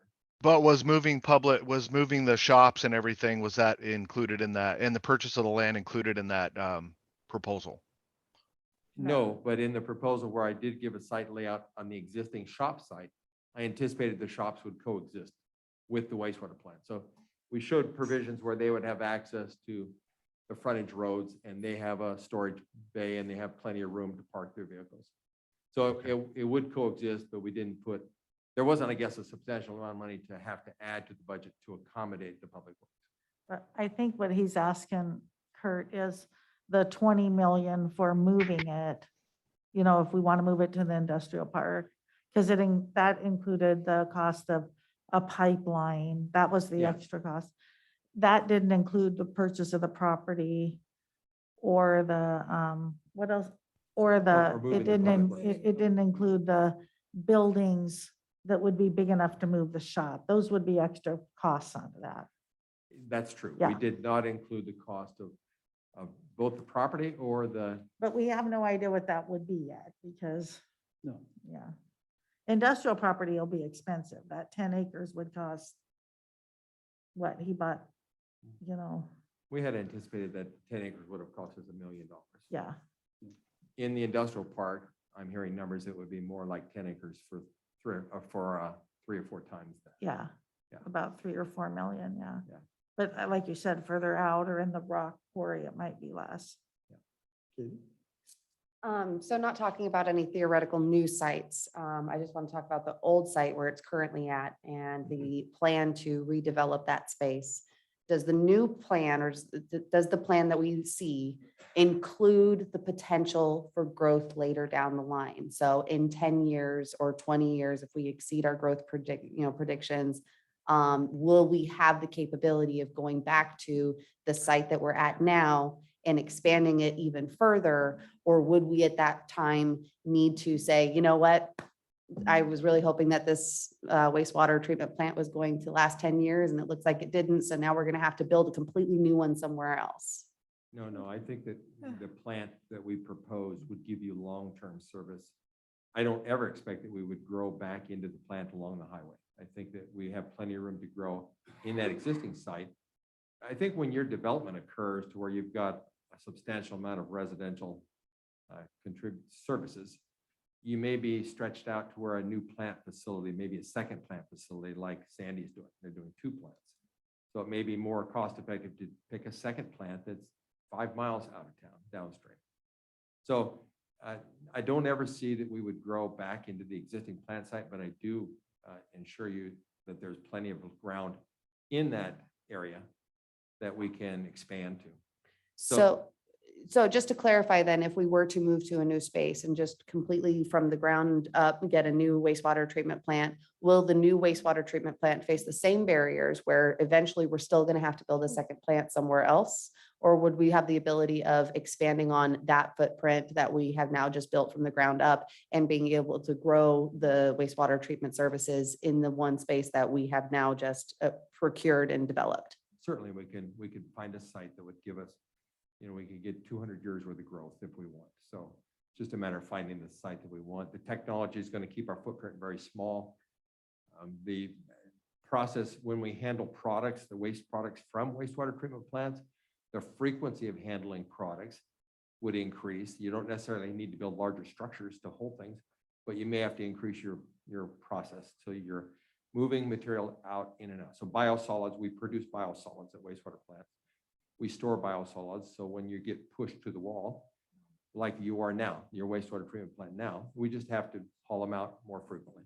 So, by definition, we could pick a site on some other site where we could have essentially unlimited growth. But also we have quite a bit of growth capability on that site that's there, although I recognize it consumes riverfront. So my perspective again is I'm happy to go back and I will put all of this in text and support the case that what we want to do. Like I say, initially I had anticipated we would move to the industrial park, but it just became so expensive that Yeah. I had second thoughts. I appreciate that, Joel. Is it possible, Sadie, for you to pull up the picture out of the packet here that shows what the proposed layout plan would be? Because from what I'm seeing here, this pretty much eliminates Portal Park out of here. Portal Park would be nothing more than a parking lot. Because it proposes 2 sludge storage containers right in the center of the park, and then part of the solids container pushing into the park there as well. So we'd have to be considering too that we'd be eliminating that park as a park to use. So if you can pull it up, you'll see what I'm talking about. That is true. Right, I think We we can had see it. shown in the grass area, we would put some tanks. Yeah. Yeah, I just wanted that to be very clear. Yeah. Paul, go ahead. So, well, they're working on that. We talk about the big cost of moving it to the industrial park. Is that something you're able to give us those numbers then? And then also the timeline, because it's going to take more time moving it out there to find the land. So we'd have to come up with an estimate on that. And then time to get all of the regulatory issues straightened out, an estimate about the time for that to get the pipe to the river as well too. I think I'm 50-50 on this one. I see the benefits on each side, but if I could get a side-by-side saying, here's what we really anticipate the cost to be at the current site versus the industrial park or rock quarry site, what we'd be looking at in terms of time and money. We do have some discussion of that in the facility plan now, and I think in general, I think it'll probably take an extra year to move to the north industrial site. And challenges, but that's typical with any project, so. And I think you have the time. So we're at about 60% of capacity now, but we see a huge number of lots that are waiting to hook their houses up. Yeah. Hold on a second. Jerry, can you share the screen, page 414 of the packet? Okay, go ahead. You'll work on it. And I think, I understand your concern about the time, but I think in the longevity of what this plan's going to serve, 1 extra year wouldn't really be an impactful issue. Because we're looking 40 years out, 50 years out. So I see where you're going with that. If it would have the capacity, I'm guessing that's what you're going for. Yeah, currently. Yeah, As long as we don't run out of capacity. there you go. There we go. Have to blow Make it it up a little big, there. Jerry. The 2 sludge storage tanks are shown in an area that you do have picnic tables and grass now. They could be shifted and maybe they could be moved over to the trail side and salvage all of the grass area. But as we expand. Yeah, if as you it expand. That would eventually Yes. be gone. So we'd have to be considering that Portal Park is nothing more than a parking lot and a place to go to the bathroom. And that all the park area that people enjoy, including all that riverfront, is pretty much off the table. So that's something that we have to consider if we leave it there too, and take that into consideration. We're losing a park pretty much, and we're losing all that riverfront spot. So that's a cost calculation you have to consider. So, and that the people of Estacada need to be considering as well and be aware of. Certainly, okay. I'm just throwing out my 2 cents. I've never considered the portal as a park. I know too many people who actually avoid that area on purpose because it's not safe or fun to hang out in. And I'm just saying that moving public works into that space wouldn't necessarily be any more or less of a detriment than the current occupants of that space are right now. But picture that space in more of a river setting with maybe a couple places down there to have some food on the river and a beautiful little area to walk through. And then ask yourself, it's the same cost across the board. I think you're making a judgment call on the portal. Portal is not even in the issue. I mean, at the end of this, it's about expanding the riverfront and getting more out of that area than what we're getting right now. So I think that's what we should be looking at here, not whether it's a portal now or it's gonna be a portal later. It's the fact that it's riverfront. We're gonna take more of it for this plant, and at the end of the day, you're ruining a whole river walk area that we can make lots of tourism dollars from using another way. And it would make up for the loss of that place right there. I mean, you gotta weigh it out in the long haul. Is it going to pay off for us? And I think Brent made that very clear when he was talking about tourism. It's a hit area, and we're wasting it. We're wasting it. And it's time to use that for the betterment of our community and our city. We don't want to find out a decade from now when people, maybe that's starting to become a big thing, who want to, wish they could have developed that area that we spent, $20 million worth of putting a plant there. And now we've lost, $100 million in revenue over the course of 20 years or whatever, because of potential tourism in there. It's just basically, we look at the way we're already talking about putting stuff down off the lake shore as it is now. Now we're wanting to invest money just to increase that area. How much would it be contradictory to put a wastewater treatment plant on an area that we have down below as well, that we could do the same thing? It just seems contradictory even in that portion as it is. So. Yeah, Jerry, I would ask, you got one more question or anything that you want to put out before I kind of speed this up a little bit? All right, appreciate you. I appreciate all the questions and thank you very much. And you can continue on. Yeah. go ahead. Let me just say that from my perspective, a few years ago, the city of Dundee put in a new plant, and we fought hard to say they should move that. They have big lagoons between the city proper and the Willamette River.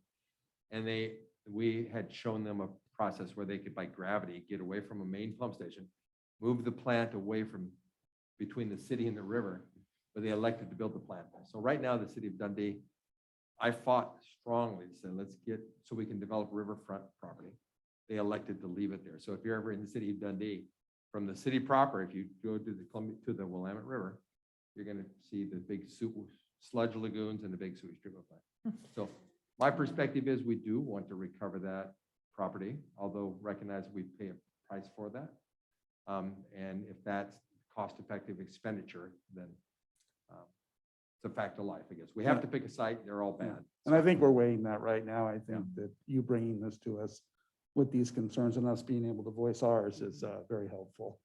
And I think, I would ask that we take a look at the option of moving it out and look at, some of the cost feature, if that's possible, to get an idea of where we're at. This is such an important decision. Brent said it outright. This is probably one of the most important decisions we'll make, because people will be looking at this years from now going, why'd they do that? I don't want that on my conscience to know that we didn't look at the whole picture. Can I just close with something? Yeah. Just because we identify an area as an area that we would like to see tourism does not mean that tourism is going to magically happen there. And if we look at the piece of property that Sam Dunlop has had for sale, that is riverfront property. He's had it for sale since AOL was a thing.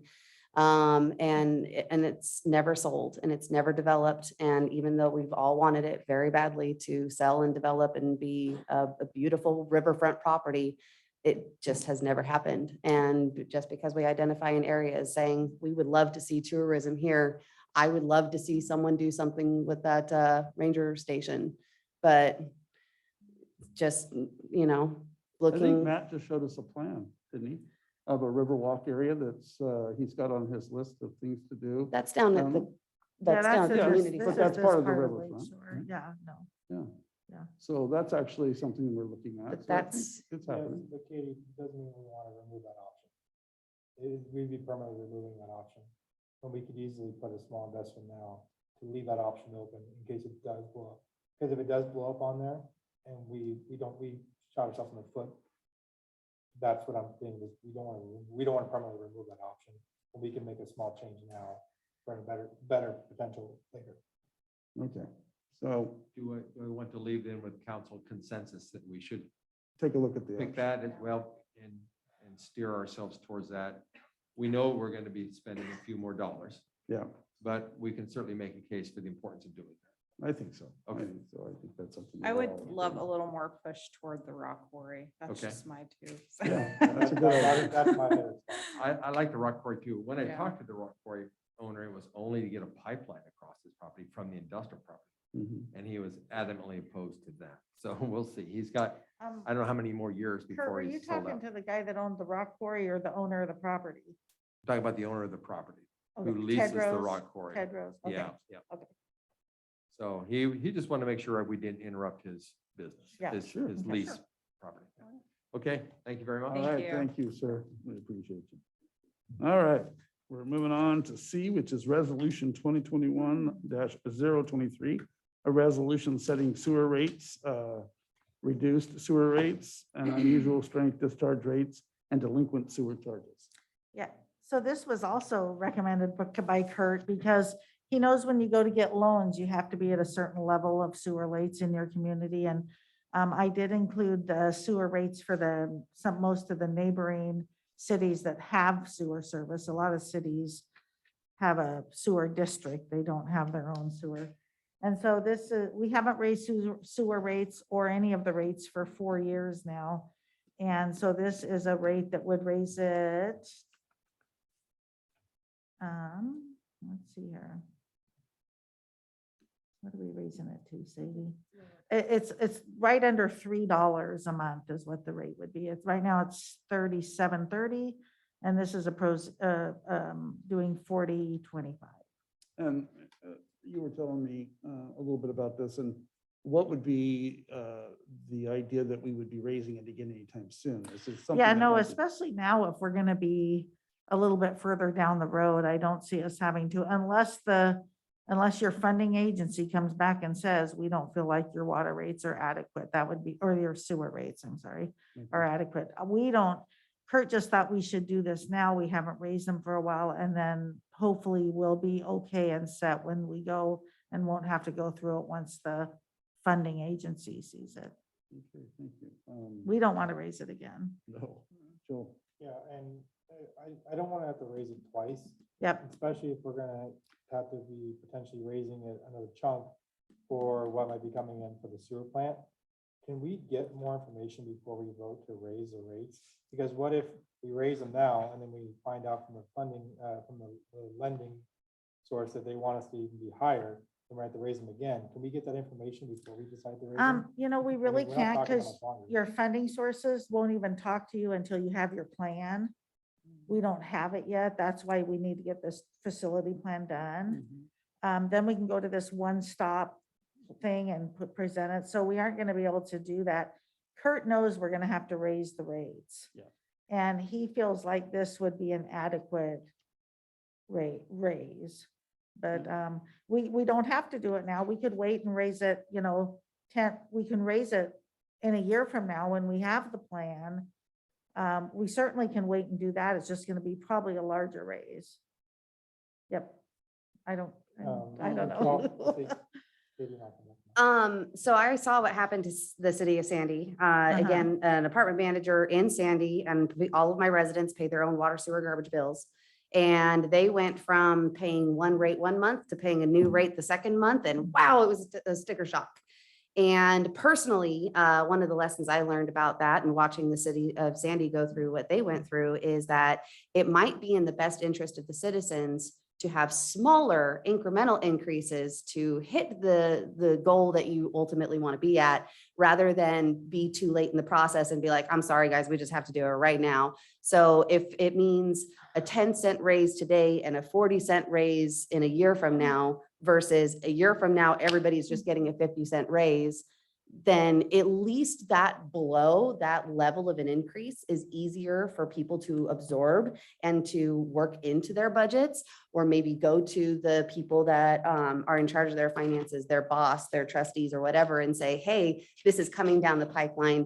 Is it possible to give me a raise to help, accommodate the cost of my new sewage increase that is coming up?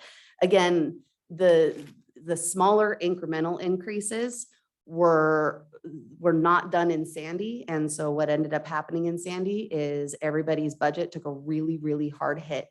And I don't want to see that happen to our citizens. So. And I can agree with that. I was going to ask a question that kind of went along those lines. If we did a small raise now, can we get a guarantee from the council we're not going to raise those rates for a year on our citizens, rather than in 6 months they come back and go, oh, we're raising it again, or I don't even think. We that aren't gonna was- come back to yeah. you. That's not even uh, a reality. no. That's off the We don't table. want to come back to you at all. Yeah. You know, so- A little way too much. I mean, I was glad that when we didn't have to raise rates for 3 years, it was really nice because before that, we were raising rates at 3% every That's year right. Mhm. because we didn't have the authority to raise it more than that. So it's been really nice to be able to go for 4 years and not raise rates. It's just been really nice to not do that. Well, so kind of building off Councilor Leakey's question here, how soon would you come back to us and say, it's time, we need to raise rates again? What, Well, you never know, because what if something big happens that we have to, but if everything is regular, we wouldn't come back to you until we thought we weren't covering our costs. The sewer fund has to be a enterprise fund where people have to pay in what it costs to do it. I wouldn't see us, as long as the growth keeps happening, unless an agency came and said, you have to raise your rates. We don't have any plan to do that unless we have to. and I guess that's my question is what point in this process would we anticipate the agency coming back to us and saying? Yeah. So once you have your facility plan and you know where you're gonna site it, then that's when you can go and start talking to your funding agencies. And they're the ones that they evaluate they even did this for something, our water reservoir. They even evaluated it then. But so they would evaluate. So it sounds like it would be 1.5 to 2 years before that would happen. And I really doubt it. I think if we can get it up here to this amount, I think our fund is going to be really healthy. I don't see that we would have to raise it more, but I'm not going to be here. She's running now. I just want to clarify, you're anticipating if we raise them today, that we may not have to raise them for another 1.5 to 2 years based upon, the sewer treatment plant possible happening. We wouldn't raise them until we were told to, if that's in 2 years or 1.5. They might not we might be okay, Yeah. is what I'm saying. Yeah, I'm comfortable with that. I think. Yeah. Any more questions to that? I think that was covered it all. All right, so what are you looking for on this? Just a. To adopt the to adopt- resolution. Okay, you've heard Mhm. the resolution. Mhm. Can I get a motion on the floor, please? I move to adopt resolution 2021-033, a resolution setting sewer rates, reduced sewer rates, unusual strength discharge rates, and delinquent sewer charges. And do I have a second? Second. Yeah, I've got a first and second. All those in favor say aye. Aye. Aye. All those opposed? Motion passes. Thank you. Okay, last on our list. Oh, well, now we got a couple more here. Yeah. You got something else you want to say? Nope, I was going to go into the financial. Okay, things. quarterly financial report. Go ahead. So most of the yellows are the same that you get every year because property taxes don't come in until November. Franchise fees don't come in. Our police are always slow at invoicing us. Usually our building permit fees for the last couple of years have been higher, even though we budgeted higher this year, they're still coming in higher.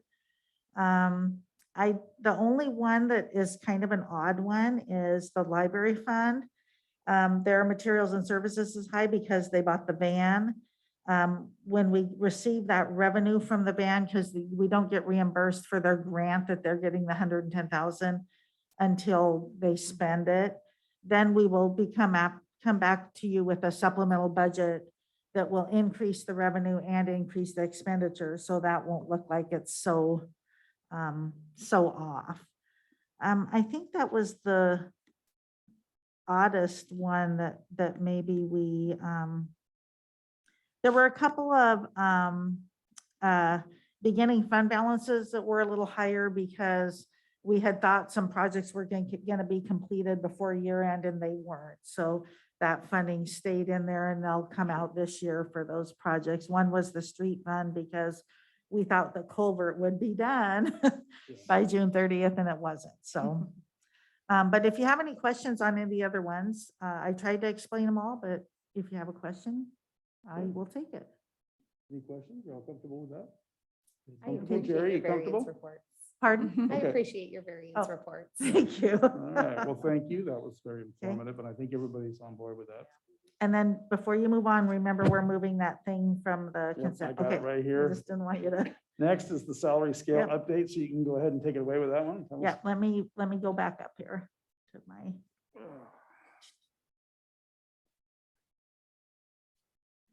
Okay, that's too slow. Let me go over here to the. Okay. So the adjustments, we are proposing. Okay.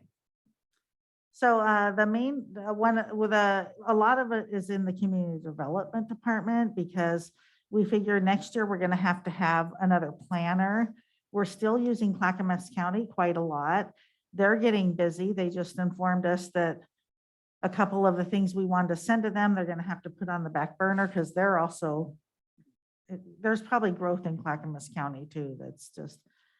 So we wanted to, one of the things we did there was we added a senior planner and a planner just in case over the years we have those two positions to do. And then we did the, right now we have an economic development manager, but that was when the city only had an economic development department, before we had planning, before we were doing our own code enforcement, before we have to take over building, right?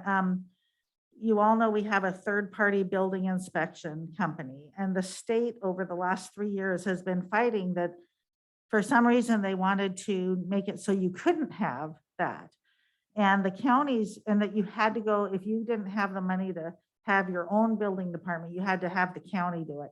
Counties didn't want it. Clackamas County goes, we don't want Estacadas because we're already 6 months behind. We don't want to add that to the list. And, you know, no one that builds here in Estacada would want Clackamas County. So we need a person that has to go into training for that. That's one of the things that we're increasing this in this job description to be able to, you have to have someone that can oversee the building department. They have to be a level of certification to do that. And this person would be that person in our office that would, because right now, none of us have the expertise for that. So what we're visioning is the community development department is more than the economic development. If you, because under community development always is economic development, planning, building, code enforcement, everything for the growth and in your city. So that's what we are proposing, that we have a director that's overseeing that whole department. And we're only doing that now because we can see it being a 5 to 6 person department in the next, well, right now it's a 1, 2, 3, 4 person department. And if we add a planner and then get our part-time person that we already have budgeted for, it would make it a 6 person department. So that's that whole section. And then the assistant city manager, when we reviewed other assistant city managers, and a lot of cities are doing succession planning, having people ready that can take over. And that's kind of what we did with our assistant city manager. And she, I'm not gonna say she, because it would be any assistant city manager that you have, because it might not be Melanie all the time. You know, they were really low on the salary scale. So we are proposing to move them up from range 3 to range 6 on the salary scale. They still would have, whoever you hired or whatever would start, at the lowest level, but it just raises it up for that starting. Public Works, we wanted to add a Public Works supervisor. We have a plant operator 2 position that really the certifications for that, it was really high. We looked at that, so we did lower that. We don't have anyone in that position right now, so it was easy because no one's there. One question, would that supervisor be in the Public Works building? So Yeah, they wouldn't be an office here, they would be an office. over there, Right, right. They would be, and they'd be in charge of the crews, the scheduling mostly, just like the library has Sarah, who's the scheduler, and she kind of deals with that. And they would be the one in charge when the Public Works director wasn't here. And we really feel like this is an important really an important piece of this. And we just see that these things are kind of, we're looking ahead, just like you guys are with the sewage. What do we need in our, what do we need in our bucket of tools that we can use to make our growing city more productive? And this is what we think for staffing that we're going to need.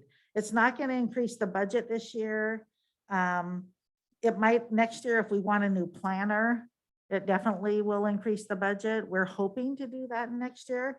I'm hoping that the new person, Taylor, really needs help. She's just got a lot on her plate, even with the county doing a lot of it. This part-time person, we're training them in building permits. And so they could do the building permit review and then have, supervisor sign off and that type of thing. So. But ask questions, because I know you might have different questions about different ones of these. Well, my biggest question is, has COVID put a lot of pressure on those offices? Because I go in those offices and there's a stack on the desk, but the person is working from home. I get that. Mhm, But at the same time, that can put a lot of pressure to get that stuff done mhm. on the back burner. Is that part of the problem? Or is The it- day-to-day stuff isn't being affected. Yeah. It's the, the code changes in the planning code that we find that we really need to do, because those really have to have, with the state being the overseer of your planning code, you have to do everything to the book for them, and it takes a lot of time. The TSP, the HNA, those are taking a lot of Taylor's times, but the day-to-day things we're keeping up with. It's the things that we can afford to put on the back burner for a month or two, but we just don't want to do that. We just, and I'd rather be paying a person than Clackamas County, because it's just nice to have the person here and be familiar with Estacada more than the Clackamas County. I'm with you. Although we've had great Clackamas County planners. I'm not saying anything No, against them. no, I get you. No, Joel? Can you clarify everything? What's the Main Street manager to start with? That's my first question. What? Main Street manager, what's that? Oh, that was Nancy, when Nancy was here and she took over that. So the Main Street manager is now a part of the economic development manager, which will be part of the community development director Can you job clarify position. what the Main Street manager does? versus Yeah, like- they have to. We are designated a Main Street community. So there's quarterly reports for the state.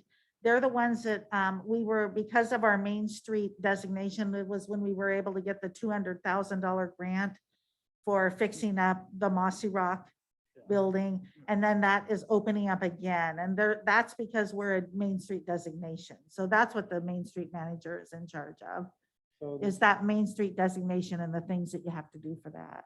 so is that a full-time position or is that a part-time? No, position? it was when Nancy was it was a part-time position. And then when she left, we just didn't hire anything and Matt just took that over as part of his job description. So we really can take it off of there. In fact, I think we meant to and we forgot to.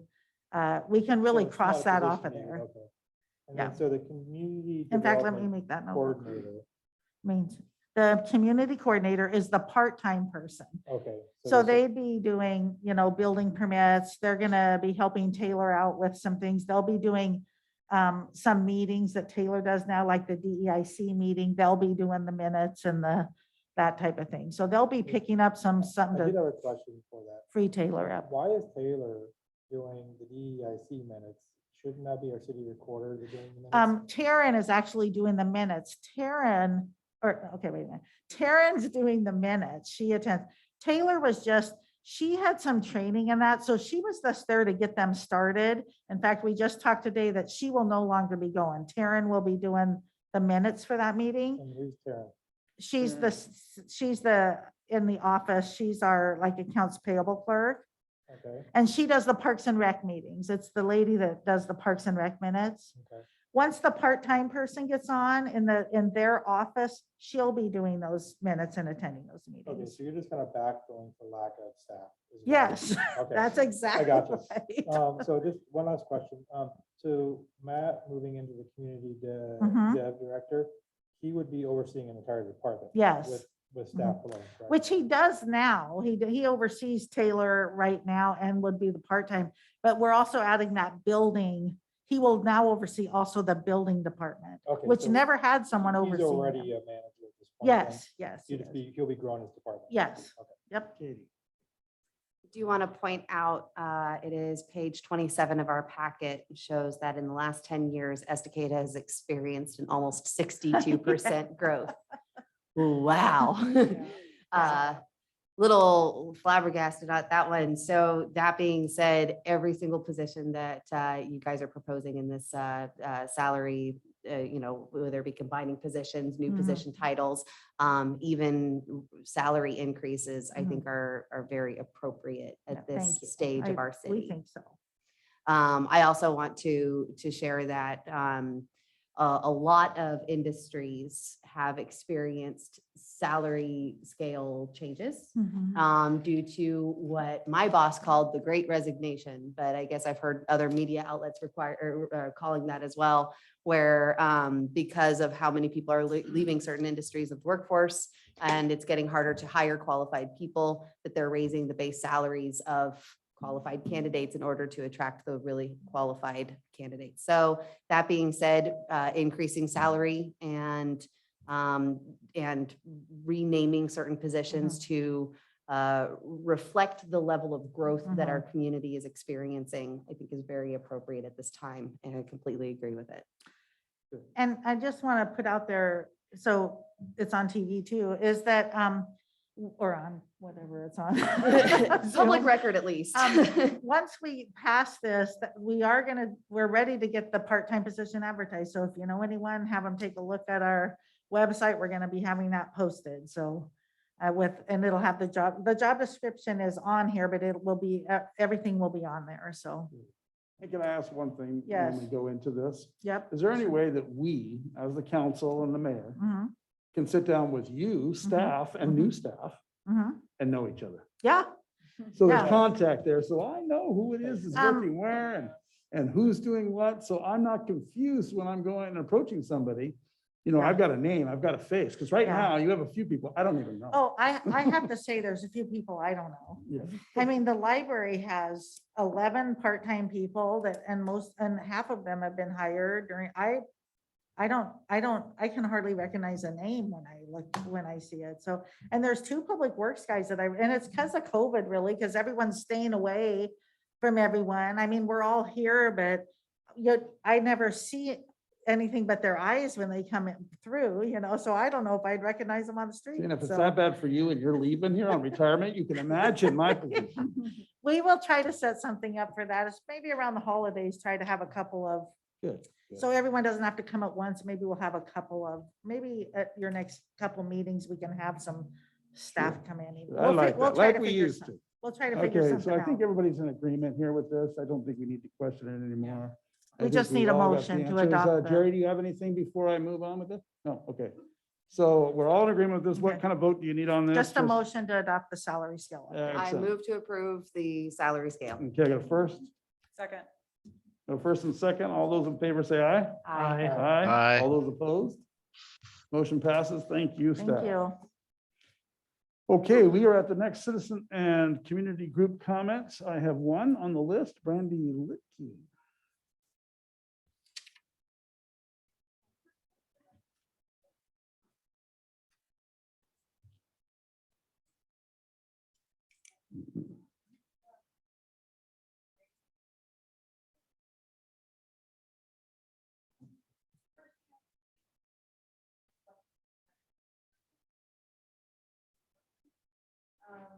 Second thing, we are doing the same thing we did last year for Thanksgiving with CW. So we're taking nominations right now. for families. I'm sorry, guys, I can't hear her.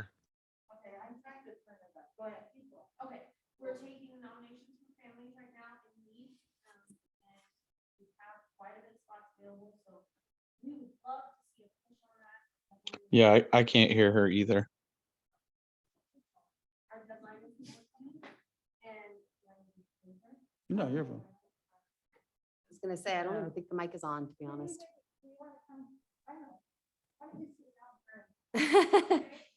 Even better, huh?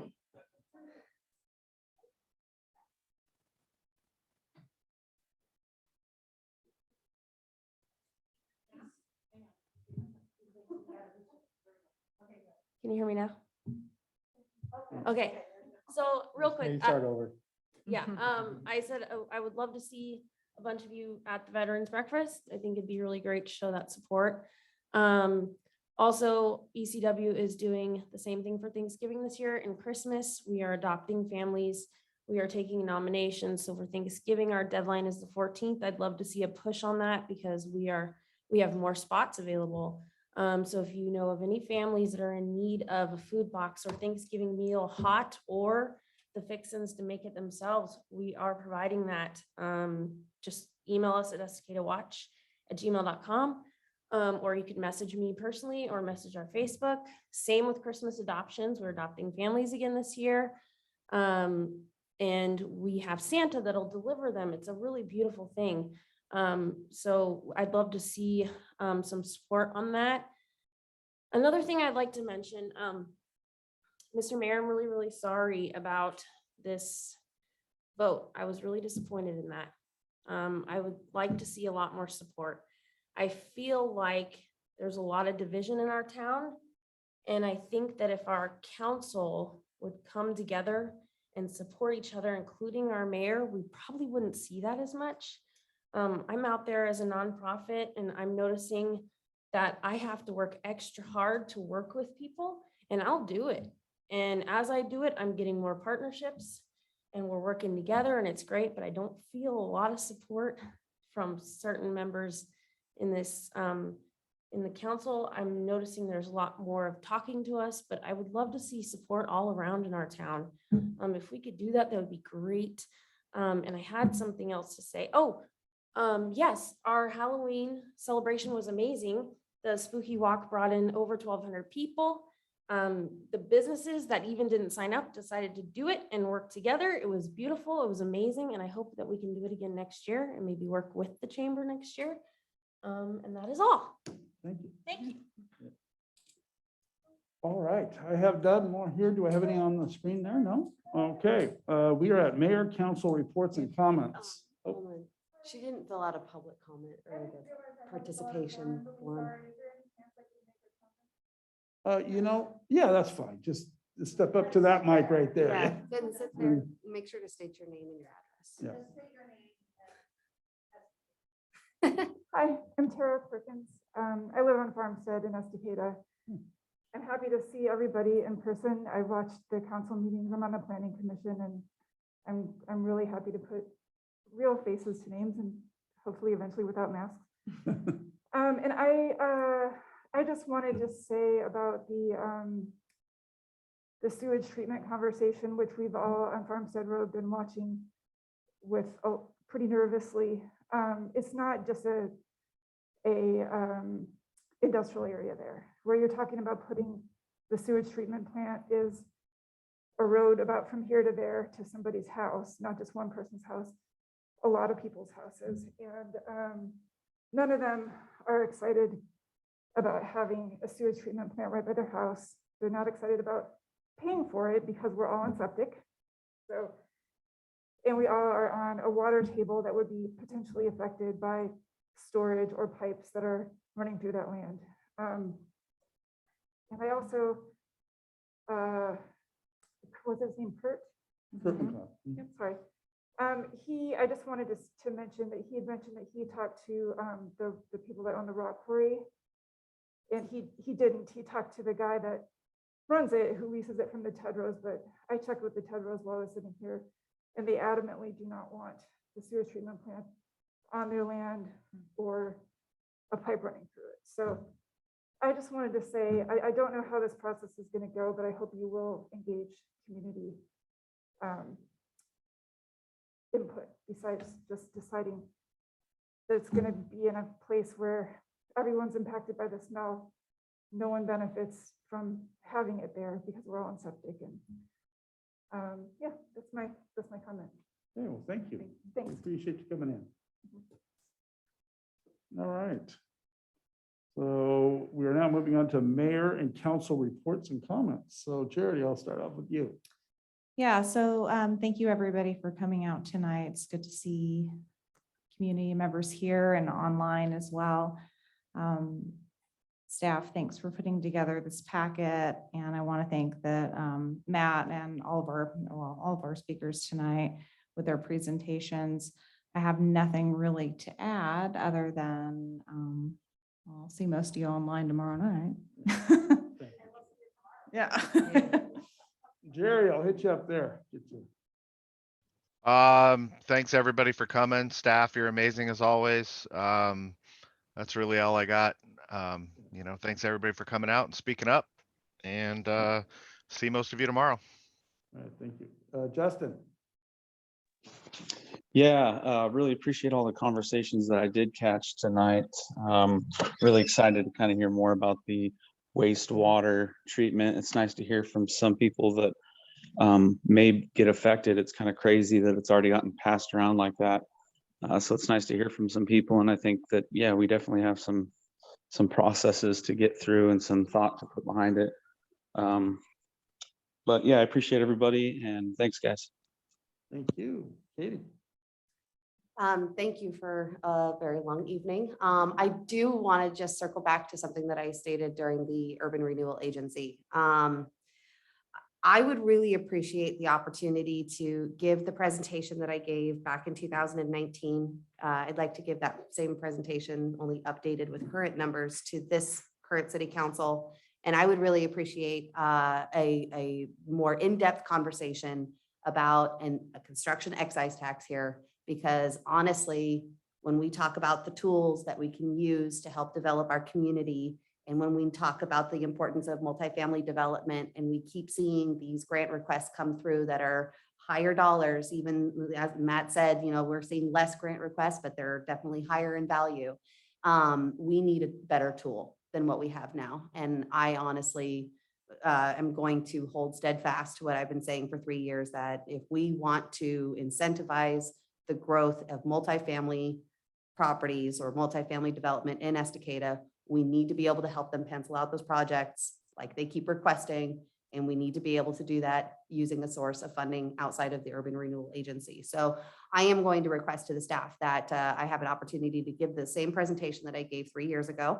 I'd like to give it again. And I would really appreciate this council having a more in-depth conversation about using that tool that we obviously all want to have the funding. We just need the funding source. So thank you, staff. And thank you everyone for coming. Just a quick comment on the construction excise tax. I don't know if you call it the housing needs analysis, but Jerry had asked that they include that back in there too. So we do look forward to more discussion on that coming up, which I think will be a good thing for us to have. But otherwise, no, thanks to everyone for coming out, especially staying up this late the day after a time change as well too. It's pretty miraculous. So thanks to staff and everyone for being here. Joel. First of all, thank you for coming out and sharing. I do know that we're going to make sure that there's lots of community input for the wastewater treatment plant.